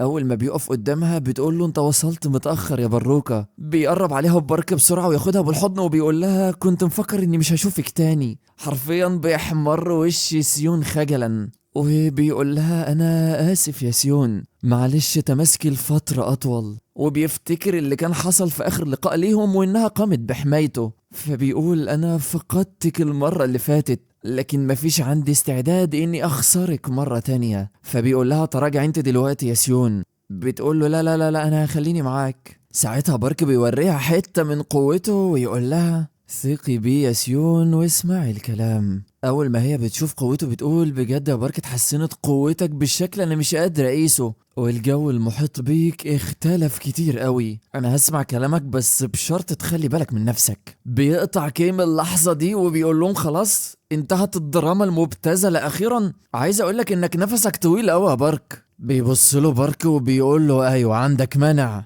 وبيلف له يتكلم معاه وبيقول له ما تقلقش يا كيم المرة دي وعد مني هتبقى المرة الأخيرة. بيتريق عليه كيم وبيقول له فيها بارك انت شكلك جاي المرة دي علشان تعاني اكتر ما عانيت لما كنا في الصين. بيقوله بارك ايوه فعلا اللي عندك وريهولي. بيرد عليه كيم ويقول له بس اقولك على حاجة يالا انا حاسس ان القوة بتاعتك اتغيرت شوية. فعلا بيثبت له بارك كلامه وبيخرج له خنجر شكله غريب. فبينبهر كيم وبيقول ايه ده مش ده الخنجر المجنون؟ انا سمعت انه اخده من الفتاة العفريتة. هو بيحاول يستفز بارك وبيقول له انت مفيش عندك اي استراتيجية تانية تعملها يالا؟ بتحب تخلي الناس تضحي بحياتها علشانك؟ حرفيا انت بتقودهم للجنون. ما بيردش عليه بارك وبيستخدم سلاحه. وبيقول له عندك حاجة تانية تقولها قبل ما تموت؟ بيتصدم كيم اكتر واكتر وبيقول ايه القوة الجنونية دي؟ بيردد عليه كلامه بارك وبيقول له لو مفيش عندك حاجة تقولها اهجم عليا. فكيم على طول بيتعصب وبيستدعي الساطور بتاعه وبيهجم بكل سرعته على بارك.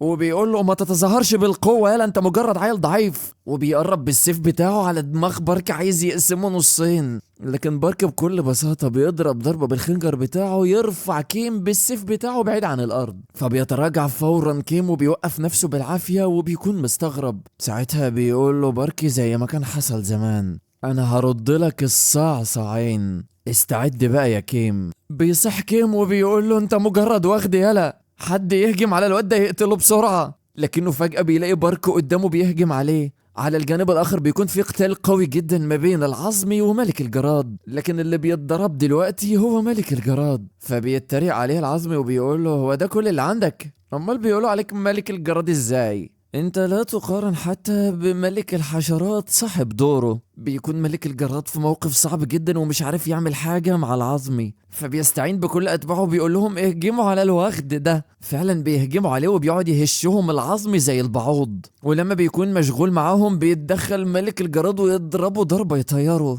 وبينقض عليه بكل سرعته وبيقول له انا هقتلك هنا. لكن العظم بيقول هو ده اخركم؟ جه دوري انا بقى في الهجوم دلوقتي. وبيستغرب البعوض لما بيلاقي فيه هالة مظلمة بتخرج منه، وفجأة بيحولها لشوك يقتلهم كلهم. بيستغرب ملك الجراد وبيقول ايه اللي هو عمله ده، ما كنتش متوقع كده خالص. بيستفزه العظمي وبيقول له ولا انت لا، انت لو جاي تهزر وتلعب معايا باليه فانا مفيش عندي وقت العب معاك. وبيستدعي جيش عالم بواتشيون، وبيبدأ يعمل نسخ تانية تشبه الجراد بالظبط، وبتبدأ تهجم على السرب الجراد بتاع ملك الجراد، لدرجة انه بيستغرب وبيقول ايه ده. فبيرد عليه العظمي وبيقول له الجيش ده انا قدرت اجنده واستخدمت الاستدعاء عليه وهيعمل معاك الجلاشة دلوقتي. ساعتها بيتكلم ملك الجراد مع نفسه وبيقول يخرب بيت كده، كتلة العظم اللي قدامي ده هو استدعاء من بارك عامل زي كده، لو مات هيرجع لسيده تاني. في الحالة دي مفيش قدامي غير اني استهدف سيده.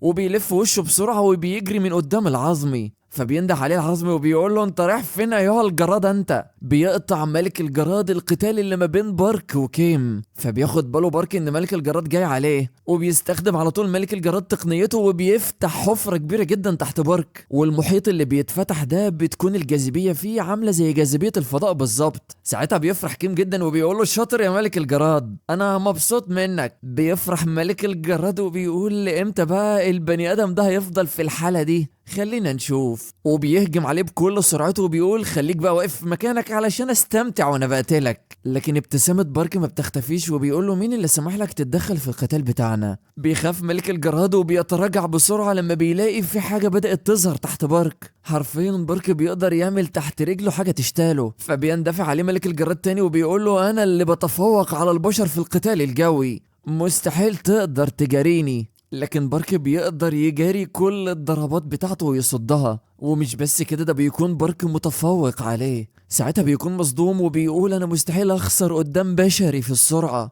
بيتريق عليه بارك وبيقول له ما تبذل مجهود اكتر جايز تسبقني. بيقولوا عليك ملك الجراد صح، انصحك تغير شغلانتك وتشتغل ملك الصراصير. فبيتضايق جدا وبيقول انا ماشي، انا ما كنتش عايز استخدمها بس مفيش حل قدامي غير اني استخدمها دلوقتي. وبيستخدم تقنية اسمها تكثيف البروتين. بيقف بارك قدامه ويقول له بروتين يبقى قابلني لو عرفت تعمل حاجة، وبيحرك بايك الرمل بتاعه بيخليه مش عارف يطير حتى. فبيضحك بارك ويقول له انت كده ركبت الشلحات نجم خلاص، وبيندفع نحوه بكل قوته وبيخرطه 4 حتت. بعد ما بارك بيقطعه بينزل يقف قدامه، فبيقول له ملك الجراد ازاي يجرؤ مجرد انسان انه يعمل فيا كده، انا مش هموت ابدا. فبيغرز بارك السيف في نص دماغه وبيقول له لو رجعت للحياة تاني ابقى تعالى قابلني. بيقول له بارك لا لا لا ده مفيش تاني، خلاص كده صباحك فل. وبيستخدم حاجة اسمها مسح السجل، ودي هتخليه معادش يرجع لسيده تاني ويتمسح خالص. بيكون ما تبقى منه مصدوم ومش مصدق انه قدر يمسح سجله،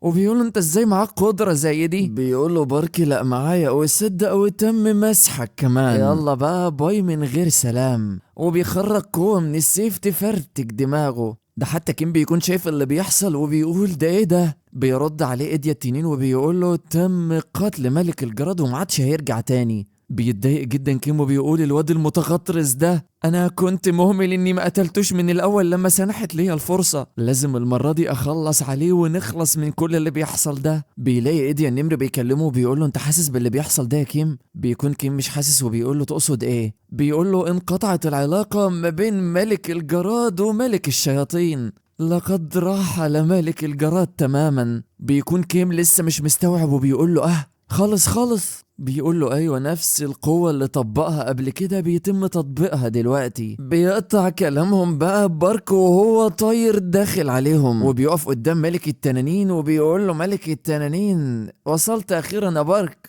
انا مش عارف كم مرة هضطر ان انا اغير وجهة نظري في قوتكم. بيقول له بارك ما تقلقش، ما عدتش محتاج تغير وجهة نظرك تاني، لان هي دي المرة الاخيرة اللي هيبقى عندك وجهة نظر اصلا. وبيعمل بارك حركة جامدة جدا وهي انه بياخد البث بتاع كيم وبيسيطر عليه، وبينما هو واقف كده بيلاقي العظم جايله وبيقول له انت كويس يا زعيم. فباركي بيقف قدامه وبيقول له انت متخلف يا ابني، انا مش قلت لك تخلص على الجراد كله؟ ايه اللي جابك؟ هو انا ليه كلامي ما بيتسمعش من اول مره؟ بيرد عليه ويقول له انا اسف بجد والله ما اقصد، بس الدبان اللي كان بيهجم عليا كتير قوي. بيقول له باركي طب ايه اللي حصل لهم؟ بيرد عليه ما تقلقش، حاليا بيتم التعامل معاهم كلهم تدريجيا، هما تحت قيادتي. بيقول له باركي طيب شاطر، لحد دلوقتي انتهت معركة الاستنزاف، قوات الشر تراجعت وسون وكبار السن كلهم في امان. بيكون كيم متضايق جدا وبيستشيط غضبا وبيقول صدق انك بني ادم لقيط يا بارك، انا ما كنتش عايز ازعج ملك الشياطين بس مضطر اعمل كده.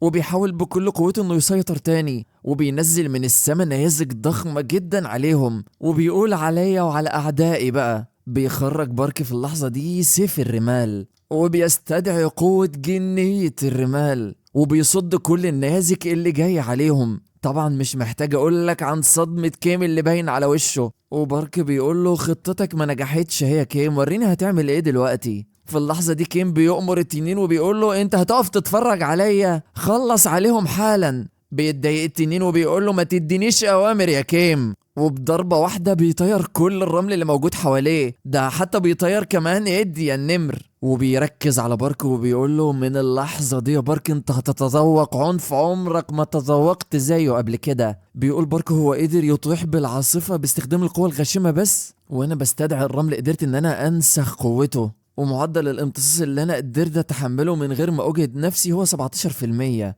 ومع ذلك الفجوة كبيرة جدا لدرجة ان جسمي ما يقدرش يصمد قدام القوة دي كلها، لو استخدمت قوته بكامل قوتي فجسدي هينفجر. بيقرب عليه ادي يا التنين وبيقول له مالك يا بارك كده سكت وبقيت هادي، انت خايف للدرجة دي مني؟ وبيستخدم تقنية طي الارض وبيرفع جبل ضخم جدا وبيكون عايز يهجم بيه على بارك. فبيقول بارك كده تم كسر ختم الثعبان، قوة الشر المنتشرة أضعفت مدة الختم. فبيسأله العظمي وبيقول له هنعمل ايه دلوقتي؟ فبيقول له بارك طبعا دي مش محتاجة كلام، لازم اكسر اللعنة دي. وبيخرج خنجر الظلام بتاعه وبكده بيكون معاه الخنجرين البنفسجي والخنجر الاساسي، وبيستخدمهم هما الاتنين مع بعض وبيعمل حركة غريبة جدا وبيضربهم في رجله، فبتخرج القوتين من جسد بارك. بيكون ايديا التنين شايفه وبيقول له انت بتثير العنف الوحشي، انت دايما بتحب العنف اللي بيؤذي نفسك. اول ما بارك بيوصل للجنون اللي هو عايزه بيشتري الخنجرين من رجله على طول.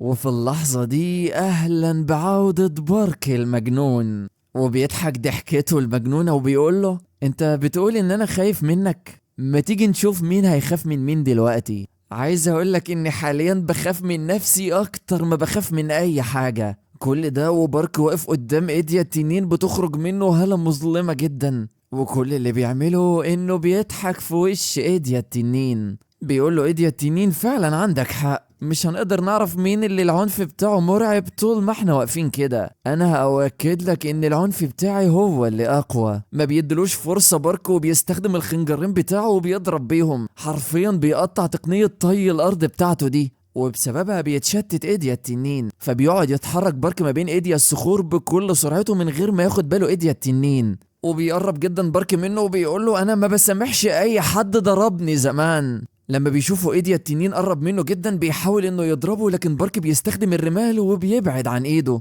وبيظهر فجأة بارك ورا ظهره وبيقول له وداعا ايها الفرخة، وبيضربه بارك ضربة بتشق له ظهره. فبيلف بسرعة ايديا التنين وبيحاول يضربه. بيقول له بارك يا اخي مع اني ضربتك ضربة قوية جدا الا انك لسه بخير، انت فعلا قوي جدا. وبيستفزه بارك اكتر وبيقول له يا ترى عايزني اقطع لك ايه تاني؟ وبيقعد يتحرك بارك حواليه بسرعة جبارة جدا وبيقول له هتأكد المرة دي اني اقطعك زي الفراخ بالظبط. بيكون واقف ايديا التنين في النص مش عارف يعمل اي حاجة، حرفيا هو متحوط ولا عارف يشوفه ولا عارف يضربه. وفجأة بتقع عينه في عين بارك وهو واقف على ديله، فبيهدده ايديا التنين وبيقول له ما تثيرش غضبي والا زعلتك. بيقول له بارك لا انا عايزك تزعلني وريني. في اللحظة دي بيندفع ايديا التنين بكل سرعته وبيكون عايز يضرب بارك، لكن بارك بسرعة جبارة جدا بيقدر ان هو يطلع على ايده وحرفيا بيشرحها من اولها لاخرها. وبينط نط عالية جدا قدام ايديا التنين. فبيتجنن ايديا التنين وبيقول له وريني عنفك كمان اكتر واكتر، طلع لي كده كل اللي عندك. وبيهجم هجمة لكن بارك بيقدر يصدها بالرمال بتاعته. فبيضحك ايديا التنين ويقول نفس الخدعة مش هتمشي عليا مرتين.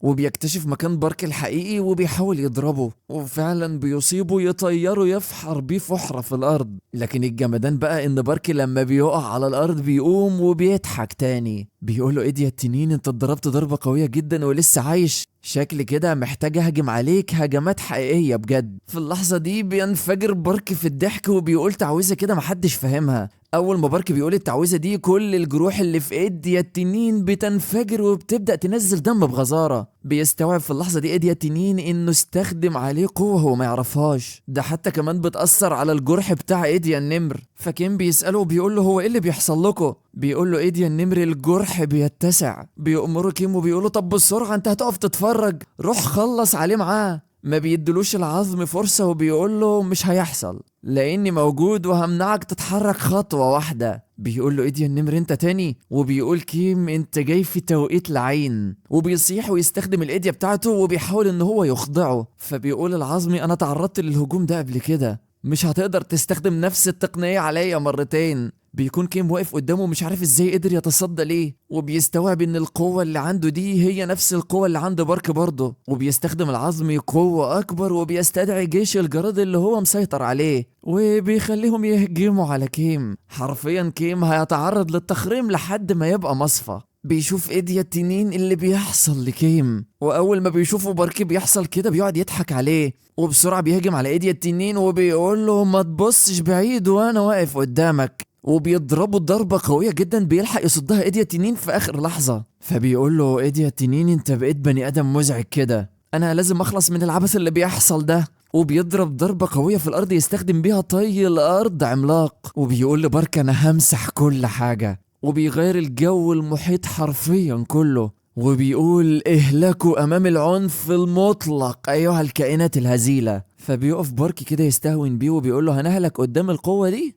انا كنت مستني اصلا توريني اخرك. وبيستعد بارك هو كمان وبيستخدم حاجة اسمها قوة التكرار، وبيتحول بارك المجنون لبارك مجنون برو ماكس حرفيا، وكأن بارك واقف فوق بركان. فبيضحك بارك وبيقول هو مؤلم جدا. بيقول له ايديا التنين انت بتستخدم الايديا اللي جسدك ما بيقدرش يتعامل معاها، فعلا الموضوع مش هيبقى ممتع الا اذا كان بالصعوبة دي. وبيضرب الارض برجله يقفز قفزة عالية جدا وبيقول له عنفي اللي قادم هيزعلك قوي فهختبر بيه اخر قوتك. بارك في اللحظة دي بيكون واقف على اتم الاستعدادات لاي حاجة هتحصل منه، وكل اللي بيعمله انه بيضحك وبيقول ده انت مجنون بس انا اجن منك. وبيخزن بارك طاقة جبارة في رجليه وبيعمل حاجة مجنونة جدا، من شدة القوة دي بتتهشم رجله وبيطير يقف قدام ايديا التنين. فبيقول بارك ورجل مقطوعة الموضوع مؤلم جدا، وعشان كده خلينا نخلص الموضوع ده بسرعة. وبيضربوا بعد ضربة هما الاتنين بيفجروا نص المكان اللي هما فيه. بتكون سيون واقفة وقلقانة جدا على بارك، وكيم اللي بيكون بيصوت وعمال يقول لإيديا النمر روح خلص عليه بسرعة. بيقول ايديا التنين هو ده اخرك، هو ده العنف بتاعك؟ بيرد عليه بارك ويقول له لسه ما جبتش اخري، انا ماليش اخر يا فرخة. وبيستخدم هجوم اللعنة الممزوجة بالجنون، وبياخد ايديا التنين ضربة ما بيقدرش يقف قدامها. ما بيصدقش التنين ان العنف بتاعه حد قادر يقف قدامه. حرفيا بارك اتحول لآلة قتل، وبيقول للتنين جه وقت موتك يا فرخة. وبيهجم بارك هجومه الاخير وبيقطع بيه ايديا التنين لنصين، فعلا بيشقه شبه الفرخة. وبيسقط ايديا التنين مش مصدق وبيقول ازاي بشري قدر يتغلب على العنف بتاعي. وبيبدأ يسقط بارك بعد ما رجليه اتقطعت ودراعه اتقطع، لكنه بيكون مبسوط ان هو كسب.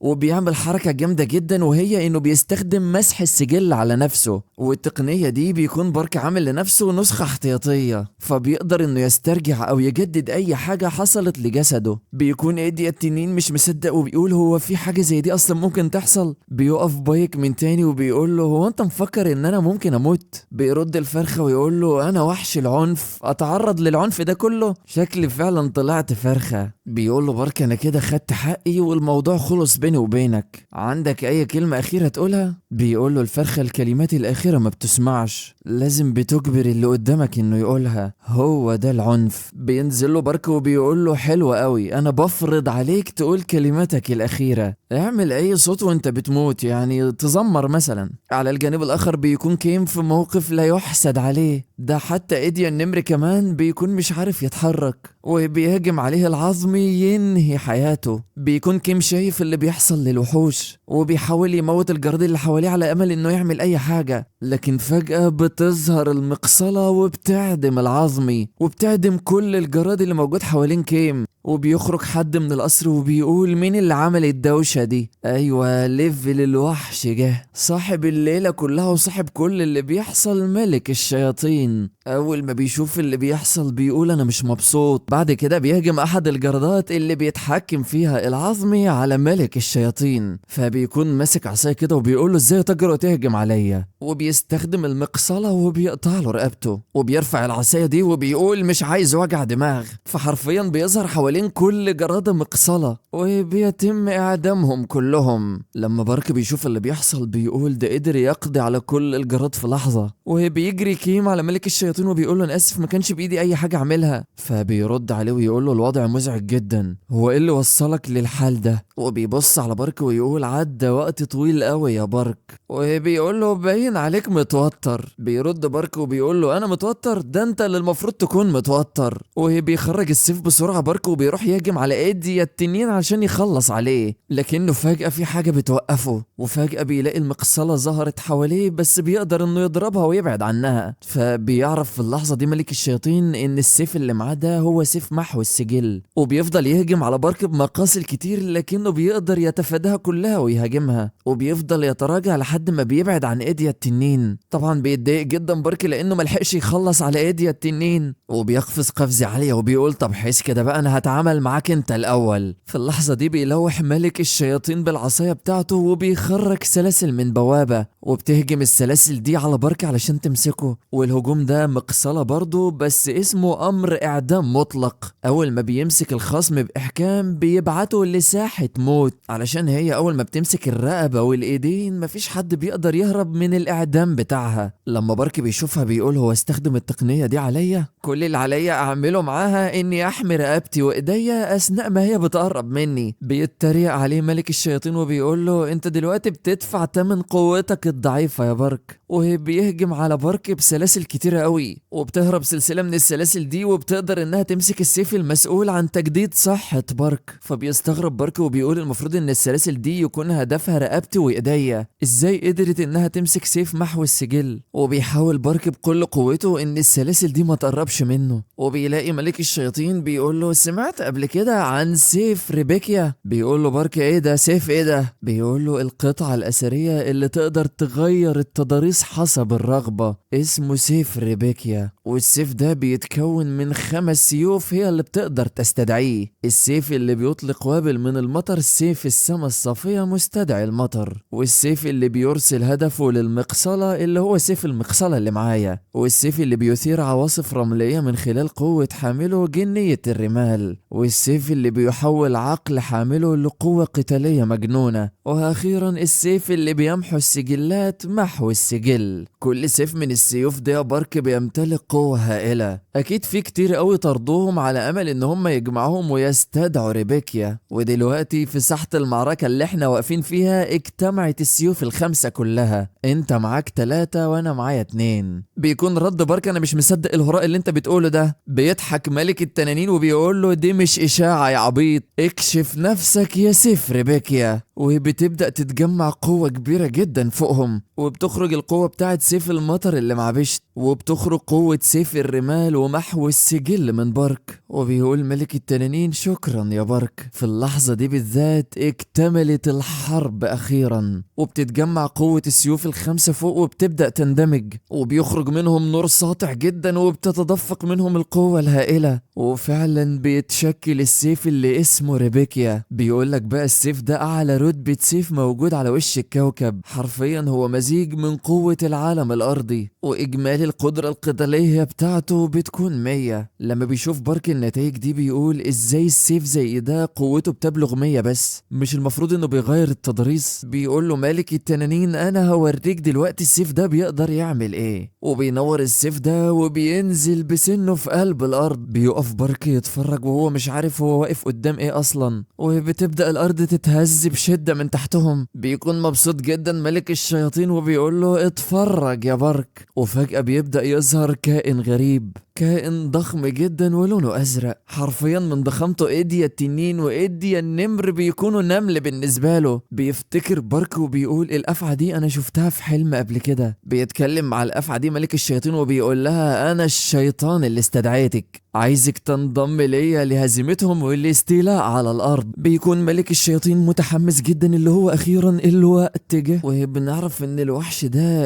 اسمه ليفثان، وملك الشياطين اصلا بيكون مستدعيه علشان يقتل الوحش اللي بيحمي الارض. واخيرا هنجح في تحويل العالم لجحيم. وفجأة بتتفتح بوابة وبيبدأ ينزل منها وحش. فلما بيشوفوا بارك بيقول الشيء ده انا شفته في حلمي، هو سفر بيكيا كانت هي القطعة الاثرية اللي قدرت تستدعي كل الوحوش دي. بيقول ملك الشياطين للوحش اللي لسه نازل ده موت وافتح لي بقى الطريق، يلا يا ليفيثان مزق بهموث. دي تعويذة دي ولا ايه؟ المهم يعني بيبدأوا يتقاتلوا هما الاتنين، وبيعض التعبان الوحش التاني عضة قوية جدا، لمجرد العضة بس بتتغير كل الأجواء اللي حواليهم. وبيقول بارك أنا حاسس إن المفروض أساعده، بس أنا هعمل إيه قدام الأحجام دي كلها؟ مش هعرف أعمل حاجة. بيقول له ملك الشياطين شفت يا بارك، ده هو الجزء الممتع في الحرب كلها، والممتع كمان إني أحضر شخصيا نهاية سجلاتك هنا. بيقول له بارك معنى كده إن هما هيتقاتلوا فيما بينهم وإحنا هنتقاتل فيما بيننا. بيقول له ملك الشياطين دي مجرد تسلية قصيرة على ما يخلصوا يعني، لأن في اللحظة اللي هيموت فيها الوحش حامي الأرض هتفتح البوابة التانية للجحيم. بيتصدم بارك وبيقول إيه؟ أنت قلت إيه؟ بيعيد له الكلام كيم وبيقول له أيوة زي ما قلت لك كده، كنت عارف إنك عبيط وما تعرفش حاجة عن البوابة التانية للجحيم دي. ما بيبصلوش أصلا بارك وبيقول له مش أنت، ما بكلمكش أنت. وبيبص بارك بيلاقي حامي الأرض بيكلمه،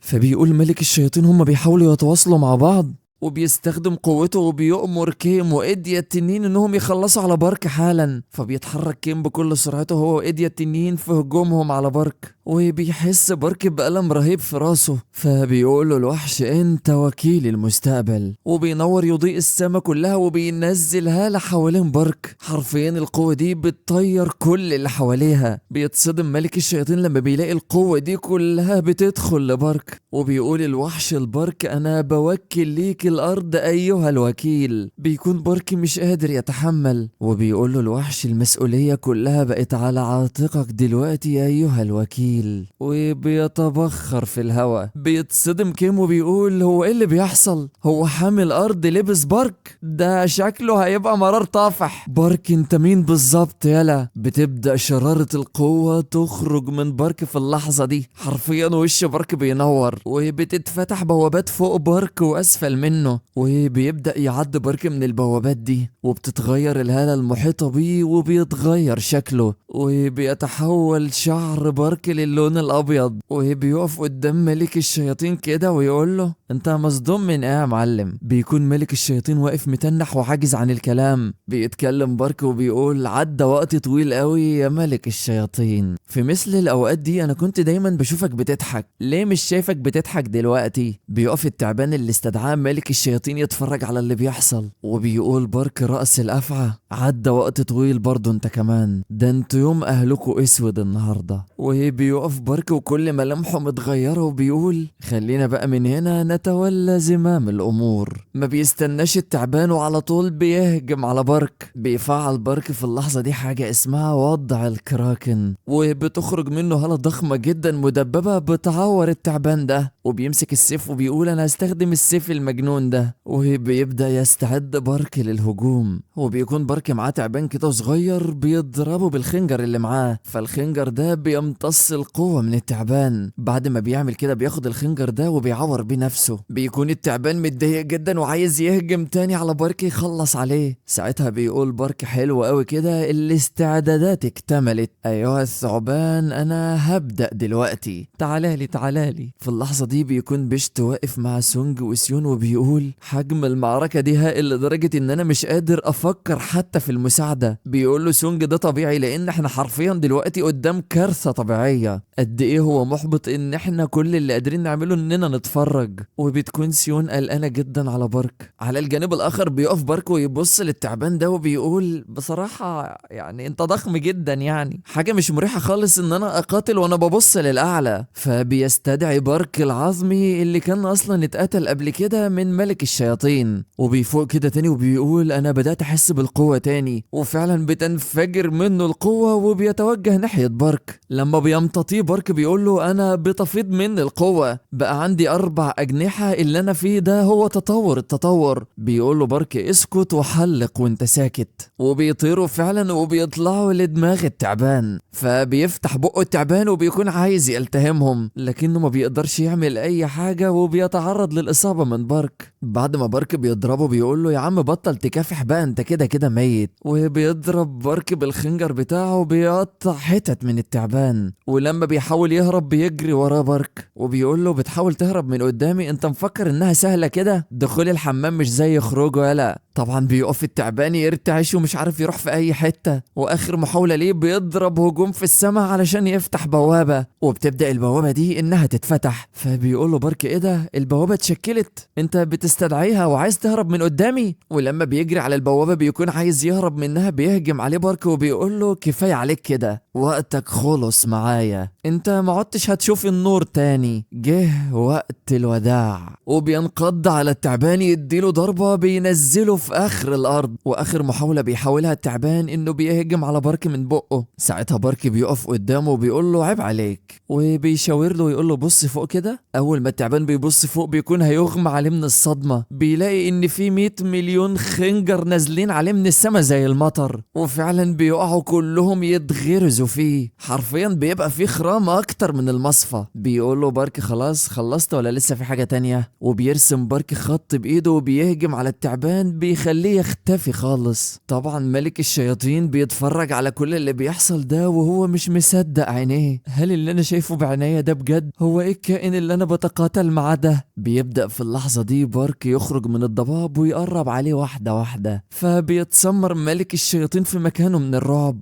ازاي اصلا في كائن عنده كل القوة دي؟ وبيحاول يعمل اي حاجة كده بحتة العصاية اللي معاه دي، وبيخرج سلاسل الاعدام تاني. فبيستهيفها بارك كده وبيهشها ولا كأنها اصلا دبانة. وبيقول ايه الضعف ده؟ بيبقى ملك الشياطين لسه مش مستوعب وبيقول ازاي عمل كل ده؟ انت مين بالظبط؟ بيرد عليه بارك ويقول له انا بارك جين سونج المستقبلي حامي الارض. بيقول له ملك الشياطين انا مش بسألك على اسمك، انا بسألك على المستوى السخيف من القوة اللي عندك. ايه هي قوة الايديا اللي عندك؟ روحك قوتها كام؟ بيقول له بارك ايه ده انت فضولي بقى وعايز تعرف. اولا الايديا بتاعتي انت شفتها وانا مش هقولك عليها. بيتضايق جدا ملك الشياطين وبيقول له تعالالي انا لازم هقتلك دلوقتي. بيكون رد بارك عليه وانا مش عايز. مش اللي اتفتحت فوق دي هي بوابة نهاية العالم اللي انت كنت عايز تفتحها؟ هي هتفتح دلوقتي على اخرها، عايزك بقى تنطلق وتعمل بجد عليها. وبيسيبه ويمشي. بيكون ملك الشياطين مش عارف ايه اللي بيحصل وبيقول له انت بتخطط لايه؟ بيرد بارك عليه ويقول له شخص زيك ما يستحقش ان استخدم قوتي عليه اصلا. وفجأة بيختفي من قدام ملك الشياطين وبيقول له راقب بقى كويس. وبيروح بارك لسيون واصحابه، فبتستغرب سيون جدا اول ما بتشوفه. بارك اللي كان شعره اسود بقى دلوقتي شعره ابيض وعينيه حمرا. بيبدأ يتكلم معاها وبيقول لها انا بارك يا سيون، وبيقرب عليها ولا بأس بقليل من الرومانسية ما بين بارك وسيون برضه. فبتسأله وبتقول له انت ايه اللي حصل لشكلك؟ بيقول لها دي قدرة مستقبل اسمها الوكيل. بتقول له مستقبل ايه؟ بيقول لها ده انا بارك كمان 10 سنين. بتقول له علشان كده بقيت اطول فجأة وشعرك ابيض وحالتك بقت حالة. بيضحك معاها بارك وبيقول لها شفتي بقيت اكبر منك بكتير اهو، قولي لي يا جدو بقى. بتقول له خلاص ماشي يا عم جدو ماشي. بيقول لها مين كان يتخيل اني اكبر قوي كده في فترة قليلة؟ بتقول له سيون مش مشكلة يعني دول 10 سنين وبعدين انت هتفضل عندي برضه بروكة، ولا بأس بقليل من النظرات الرومانسية. بيقول لها اه بروكك ماشي، شعور ان حد يناديني بالاسم ده جامد. بتقول له سيون صحيح يا بارك، هل احنا دلوقتي بقينا بخير؟ ما تخلص على ملك الشياطين وتريحنا. بيضحك بارك وبيقول لها اسف لحد هنا بينتهي دوري، يجب الا يقتل ملك الشياطين الان. بتقول له تقصد ايه بالكلام ده؟ بيقول لها ما اقدرش ان انا اشرح لك المستقبل بالتفصيل، في قيود على حاجه زي دي. فجاه شكل بارك بيرجع يتغير تاني، فبيقول اه ده انا نسيت ان انا الحد الزمني بتاعي هو 3 دقايق. وبيبص على بوابه الجحيم اللي بتكون على وشك انها تفتح دلوقتي. انا في اللحظه دي وانا لوحدي مش هقدر اوقف كل ده. بتقول له سيون لا لا ما تقلقش انت مش لوحدك. فبيتكلم مع سونج وبيقول له علشان خاطر يا سيد سونج اعتني بيا، فانا لسه بفتقر للحكمه. بيقول له سونج اشوفك بعد 10 سنين يا بارك. بيكون رد بارك انا هرجع وقتها. بتمسكه سيون وبتقول له الامور هتفضل صعبه بس انا هصمد وهستناك يا بروكه. وفجاه بيختفي بارك اللي جاي من 10 سنين قدام، وبيرجع لنا بارك بتاع دلوقتي. بتمسكه سيون وبتقول له امسك نفسك يا بروكه. بيفوق بارك وبيلاقي سيون في وشه، فبيقول لها ايه ده انا هنا ليه؟ هو التعبان وملك الشياطين فين؟ بتقول له سيون بص وراك يا بارك. بيبص فعلا وراه بيلاقي ملك الشياطين عمال يشتمه، وهي بيقول له تبا لك ولامثالك. بيتكلم بارك مع نفسه وبيقول التعبان اختفى، وبالنظر لمدى غضب ملك الشياطين فاكيد هو اتعامل معاه الغلط. شكل وكيل المستقبل اشتغل بشكل صحيح، وبيبص للخنجر اللي معاه اللي بيكون شكله اتغير. فبيسأل بارك سيون وبيقول لها هو ايه اللي حصل؟ هو كل ده احدى قدراتي المستقبلية؟ وفجأة بيستوعب انه لو فضل واقف هنا سيون هتتجر في القتال اللي ما بينه وما بين ملك الشياطين. وفجأة بيلاقي السلاسل بتهجم عليه تاني، لكنه المرة دي جسده اخف بكتير. بسبب استدعاء شخصيتي المستقبلية بقيت افضل في تقبل النوايا القاتلة، وبيقدر بارك انه يضرب السلاسل دي ويصدها بكل سهولة. بيقف ملك الشياطين متضايق جدا من اللي بارك بيعمله، فبيزعق وبيقول انا زي ما قلت دلوقتي هفتح ابواب الجحيم وهجلب معاناة للارض لا تنتهي. وبيبدأ فعلا يفتح الباب، وبيبدأ الظلام يعم في المكان، وبيخرج منه الكائنات اللي شكلها غريب. وبيضحك ملك الشياطين ويقول اخيرا نجحت في فتح البوابة. وبيتكلم معهم وبيقول ايها الوحوش بصوا لي كويس، انا سيدكم التنين الاحمر. بيرد عليه واحد منهم وبيقول له مجرد سحلية تجرؤ انها تنتحل شخصية سيد عظيم، بس زي ما انت عايز طالما انت اللي استدعيتنا فلتبدأ الحرب. بيقف بارك مستغرب وبيقول هو في ايه؟ ليه انا المستقبلي ما خلصتش عليهم؟ ليه تركت البوابة تفتح وكل ده يحصل؟ قوة اللي حضرهم ملك الشياطين اقوى منه بكتير قوي. لو في وحوش زي دي تجسدت بالكامل مع مرور الوقت في العالم فاحنا مش هنقدر نتحملها، لازم البوابة دي تتدمر دلوقتي. وبيمسك بارك بسيف محو السجلات، لكنه بيستوعب وبيقول اكيد في هدف للي انا عملته ده. كل اللي مطلوب مني اعمله دلوقتي اني اعمل معاهم الجلاشة قبل ما يتم اخماد نياتي القاتلة. انا هحاول انهي الامر بكامل قوتي في غضون 10 ثواني. وبيتحرك بارك بسرعة البرق يحاول يخلص على عدد منهم. فبيقول ملك الشياطين افعالك واضحة يا بارك، وبيؤمر ايديا النمر انه يهجم على بارك دلوقتي ويخلص عليه. ده حتى كمان ايديا التنين وهو متبهدل بيكون عايز يخلص على بارك، وبيقول حتى لو جسدي متقطع لازم اخلص عليه. وبيكون هو اقرب واحد بيهجم على بارك، فبيضربه بارك بتهور، فبيتعرض لضربة ترجعه ورا. وبيلاقي ايديا التنين بيقول له قصتك بتنتهي لهنا يا بارك، انا اللي هخلص عليك. لكن فجأة بيجي له هجوم يطيح بيه قبل ما يلمس بارك تاني. وبنشوف اللي عمل كده وبتطلع السفينة الحربية بتاعت شين، وبيكون معاه دوره كمان. وبيقول بتمنى اني اكون ما تأخرتش عليك يا بارك، انا جيت عشان كنت متأكد انك محتاج مساعدة. بتجري سيون بسرعة على بارك علشان تطمن عليه، وبيجي الوحش العظمي كمان وبيقول له اصعد يا كبير اصعد. فبيصعد هو وسيون على ظهره، وبيقول لسيون مؤسف جدا يا سيون، احنا لازم نتراجع دلوقتي حالا، مش هنقدر نقف قدامهم بقوتنا دي. بتقول له يا بارك انت المستقبلي طلبت مني ومن الجميع ان احنا نخلي بالنا منك ونساعدك. بيقول لها انت تقصدي ايه؟ بتقول له انت لسه ما سمعتش ولا ايه؟ بيستغرب بارك كده وبيبص حواليه وبيقول انا بدأت اسمع صوت. وبيبص كده بارك من بعيد فبيتصدم، لانه لما بيبص بيلاقي جيش ضخم جدا جاي من بعيد عليهم. الدعم وصل يا بارك. الممرضة وكل اللي كان معاها في الحصن، وجين واصحابه اللي كانوا من المدرسة التانية، ومعاهم كمان الغيلان، كلهم جايين علشان يساعدوا بارك.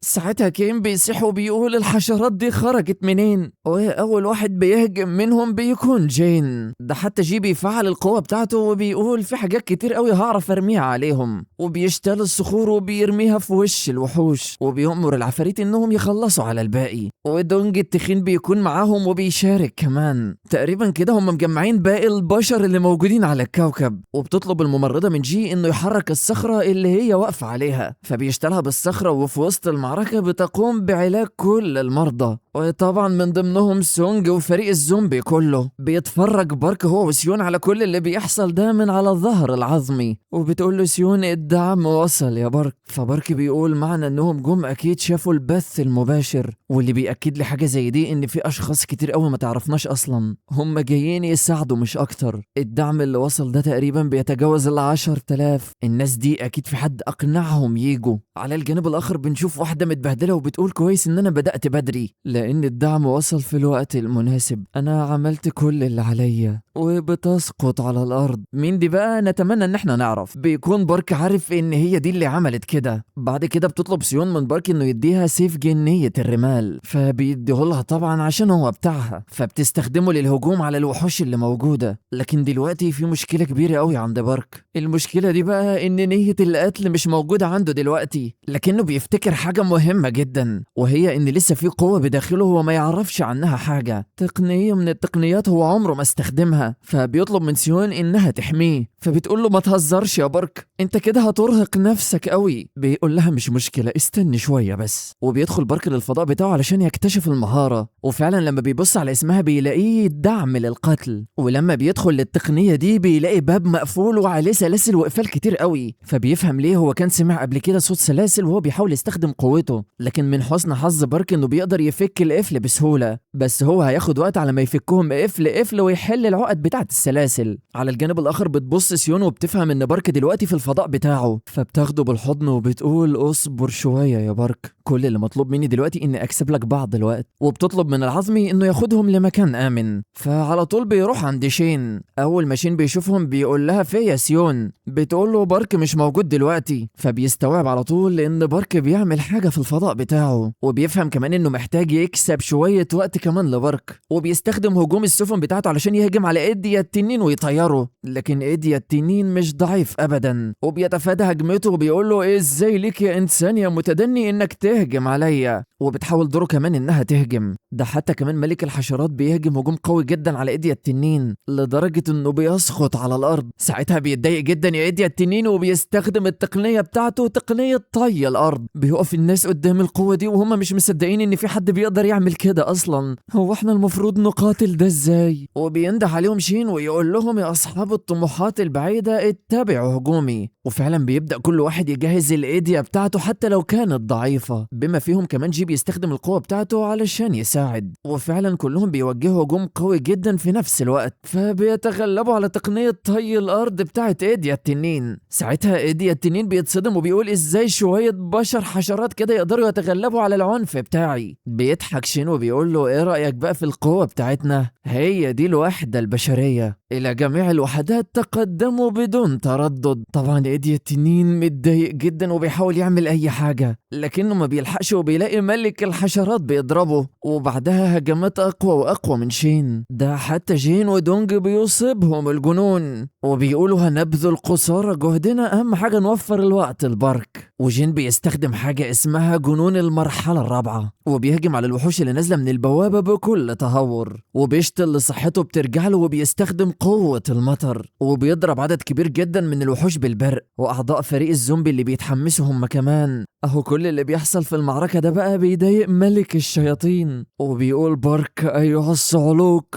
بقى حتة فسل زيك هيخرب لي خطتي؟ بالرغم من إن البوابة اتفتحت وكل حاجة تمام، لأن اللي بيحصل ده ممكن يبوظها. وبيؤمر إيديا النمر إنه يستخدم أمر الإيديا بتاعه، فبيسمع الكلام وبيكون على وشك إنه يستخدم الإيديا بتاعته ويأمرهم يقتلوا نفسهم، لكنه في لحظة بيلجم طوبة في بقه، فما بيعرفش يستخدم الإيديا بتاعته. وبيطلع طبعا اللي عمل كده هو جي، وبيقول له انت مفكر ان انا هسمح لك تصرخ عليهم؟ تصدق انك نمر حقير؟ بتوصل سيون عنده وبتقول له انت بارع يا قائد الفرقة. بيقول لها طيب مطلوب منك دلوقتي ان انت تقضي على النمر اللعين ده. بتستعد سيون فعلا وبتقول له كنت هعمل كده من غير ما تقول، وبتستخدم قوة التناسخ وبتهجم على ايديا النمر وبتنزل في تقطيع، وبيساعدها هو كمان باستخدام الايديا بتاعته وبيلقي عليه الحجارة. فبيستشيط غضبا كيم وبيقول لهم يا ذوات الأصابع الستة سأمزقكم إربا إربا. لما كان بيتضايق بيخرج هالة لا تحتمل حرفيا، وبيرفع الساطور بتاعه وبيهجم على سيون. فجأة بيظهر قدامه سونج يمنعه، بيقول له أنا هو خصمك، أنا المرة دي عامل حسابي إني هربيك تربية ما تخرش المية. بيقول له كيم هو أنت تاني؟ أنت مفكر إني هسمح لك تعمل كده؟ بيقول له أيوة، شكلك كده مش مهتم باللي إحنا هنعمله في إيديا النمر بتاعكو ده، لو اتحركت أو حاولت تبعد عنه صدقوني هتخسروه. طبعا بيتراجع كيم علشان يدافع عنه. بيكون شين شايف اللي بيحصل وبيقول كيم وإيديا النمر تحت السيطرة، بس لو ما قفلناش البوابة الموضوع هيبقى ضرره كبير مع الوقت. هل هنقدر نعمل كده يا دورو؟ بتبدأ تتوجه دورو ناحية البوابة وبتقول له هحاول، وباستخدام قوتها بتحاول تقفل البوابة، لكنها بتلاقي فجأة هجوم محاوطها بالمقصلة. فكيم بيقول لها ما تحاوليش تعملي أي حاجة حمقاء، انت مفكرة انك هتقربي من البوابة كده بسهولة؟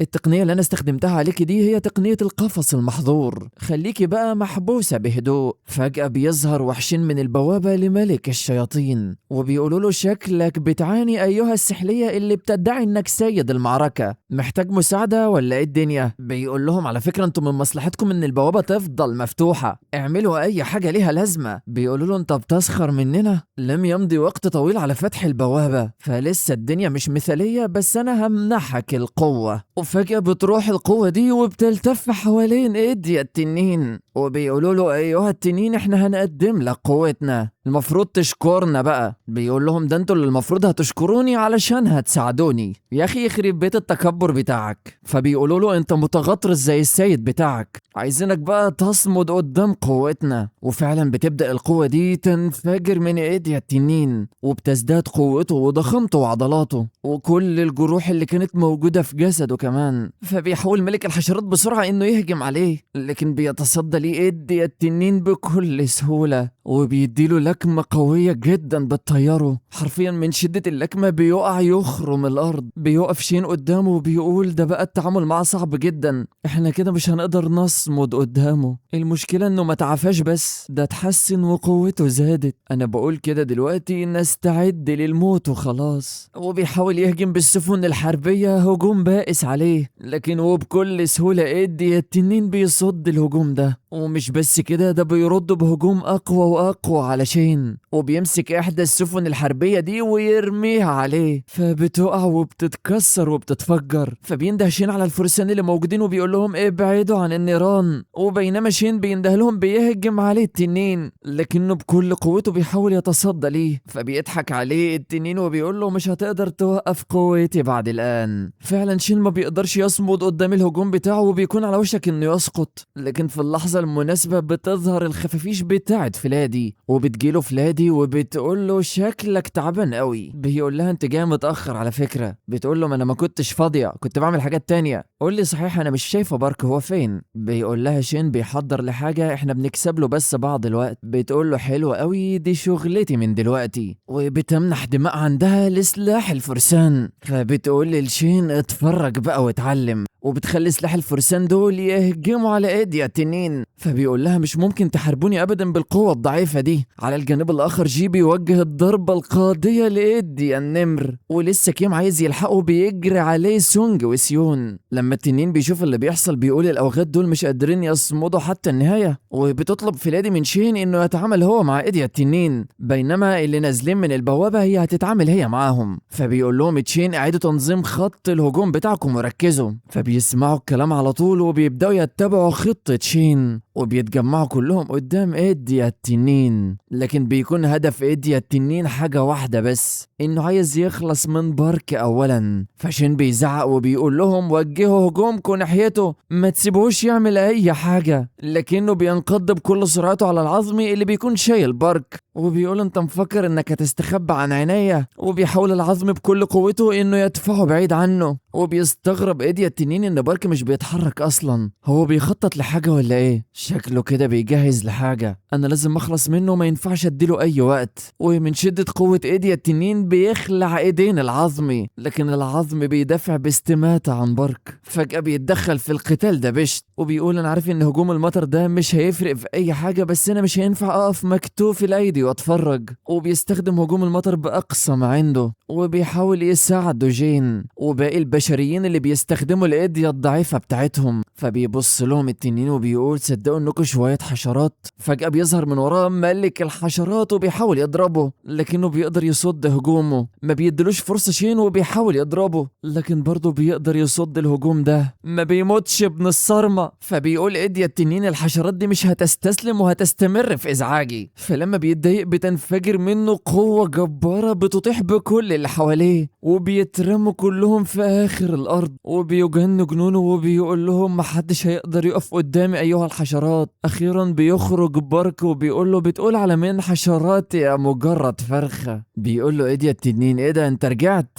انت مش كان مغمى عليك من شوية؟ بيكون بارك ماسك مفتاح في ايده وبيقول بفضلكم انا انتهيت، ودلوقتي حان دور الهجوم المضاد، استخدام ايديا دعم القتل. وبيرفع المفتاح ده وبينور في كل الارجاء، وزي ما يكون كده هيفتح بوابة. وبيرفع بارك المفتاح وبيقول جاري طلب دعم. فبتظهر بوابة شكلها غريب، وبتبدأ تتفتح بجانب البوابة المظلمة اللي ملك الشياطين فتحها. أول ما ايديا التنين بيشوفها بيقول هو في ايه اللي بيحصل ده؟ احنا هنقضيها بيبان ولا ايه؟ مهما كان اللي بيحصل فأكيد ده من صنع بارك. وبيتوجه بكل سرعته علشان يخلص على بارك ويخلص بقى من وجع الدماغ ده. أنا لازم أوقفك قبل ما تعمل أي حاجة. ساعتها بيتدخل بسرعة شين وبيدافع عن بارك، وبيقول له مش هسمح لك تعمل أي حاجة. وبيتصدى ليه بكل ما أوتي من قوة. وبيكلم بارك وبيقول له أنا معرفش أنت بتعمل إيه، بس حاول تبقى أسرع من كده وخلاص، لأن ما عادش أي حد متحمل يقف قدامهم. بيضحك بارك وبيقول له ما تقلقش الدعم جاي. بيستغرب شين وبيقول له تقصد إيه؟ فجأة بيبص شين حواليه بيلاقيه في عالم تاني، وكأنه قدامه بحر كبير والسفن هائلة داخلة عليه من البوابة دي.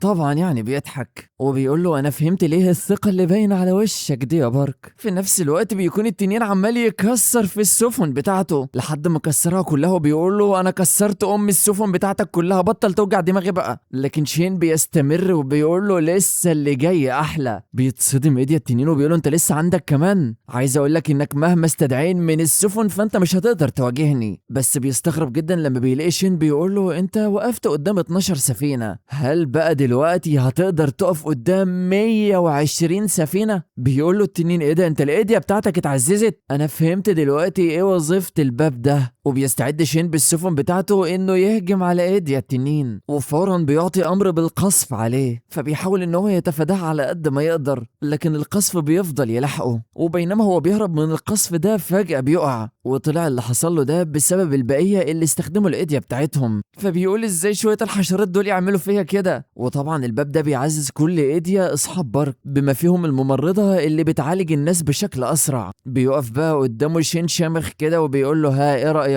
يلا بقى ايها المدافع خرطولي التنين ده. على الجانب الآخر كيم اللي بيكون بيواجه سيون، وبتزداد قوتها بشكل كبير جدا، وبتخرج له تنين عفريت اليشم الأبيض، ولما بيحاول يضربها بالساطور بتاعه ما بيقدرش يصيبها، ففجأة بتظهر وراه وبتديله ضربة قوية جدا بيصدها بالعافية، وبتنهال عليه بالضربات اللانهائية هي ونسخها، وكل ما يضرب سيون تطلع نسخة، ومن شدة سرعة تحركاتهم حواليه ما بيكونش عارف يشوفهم، لحد ما بتستنى اللحظة المناسبة وتهجم عليه، لكنه ما بيسكتش وبيستعمل نفس التقنية اللي كان بيستعملها قبل كده، وهي الهالة المظلمة بتاعته، لكنها ما بتأثرش في سيون وبتستمر في الهجوم عليه، وبتقول له انت دلوقتي بتواجه عفريت التنين الابيض، انت كده بتهين قوتي والله اللي انا بقاتلك بيها، وبتديله ضربة بتطيره في السماء، فبيستخدم ايد الوحش اللي عنده بسرعة وبيوجه لها ضربة قوية جدا، لكن سيون بتكون واقفة وما بتتحركش، وبتتحرك بسرعة جبارة جدا تتفادى الضربة دي، ولما بتطلع قدامه بتقول له يلا بقى كفاية كده علشان وقتك خلص معايا، انت هتتحول جثة انت والاسد اللعين بتاعك، وبتوجه ضربة قاتلة بتنهي حياة كيم، وبيختفي كيم من الوجود، وبيختفي معاه الفيديو بتاعنا. ما تنساش بقى يا صاحبي تروح تتابع الحكاية الجديدة اللي نزلت على القناة التانية، الحكاية هناك جامدة جدا لأبعد الحدود، طبعا تكتب كومنت وتعمل لايك هنا في الفيديو ده، وتستنى المواسم الجديدة من حكاية بارك.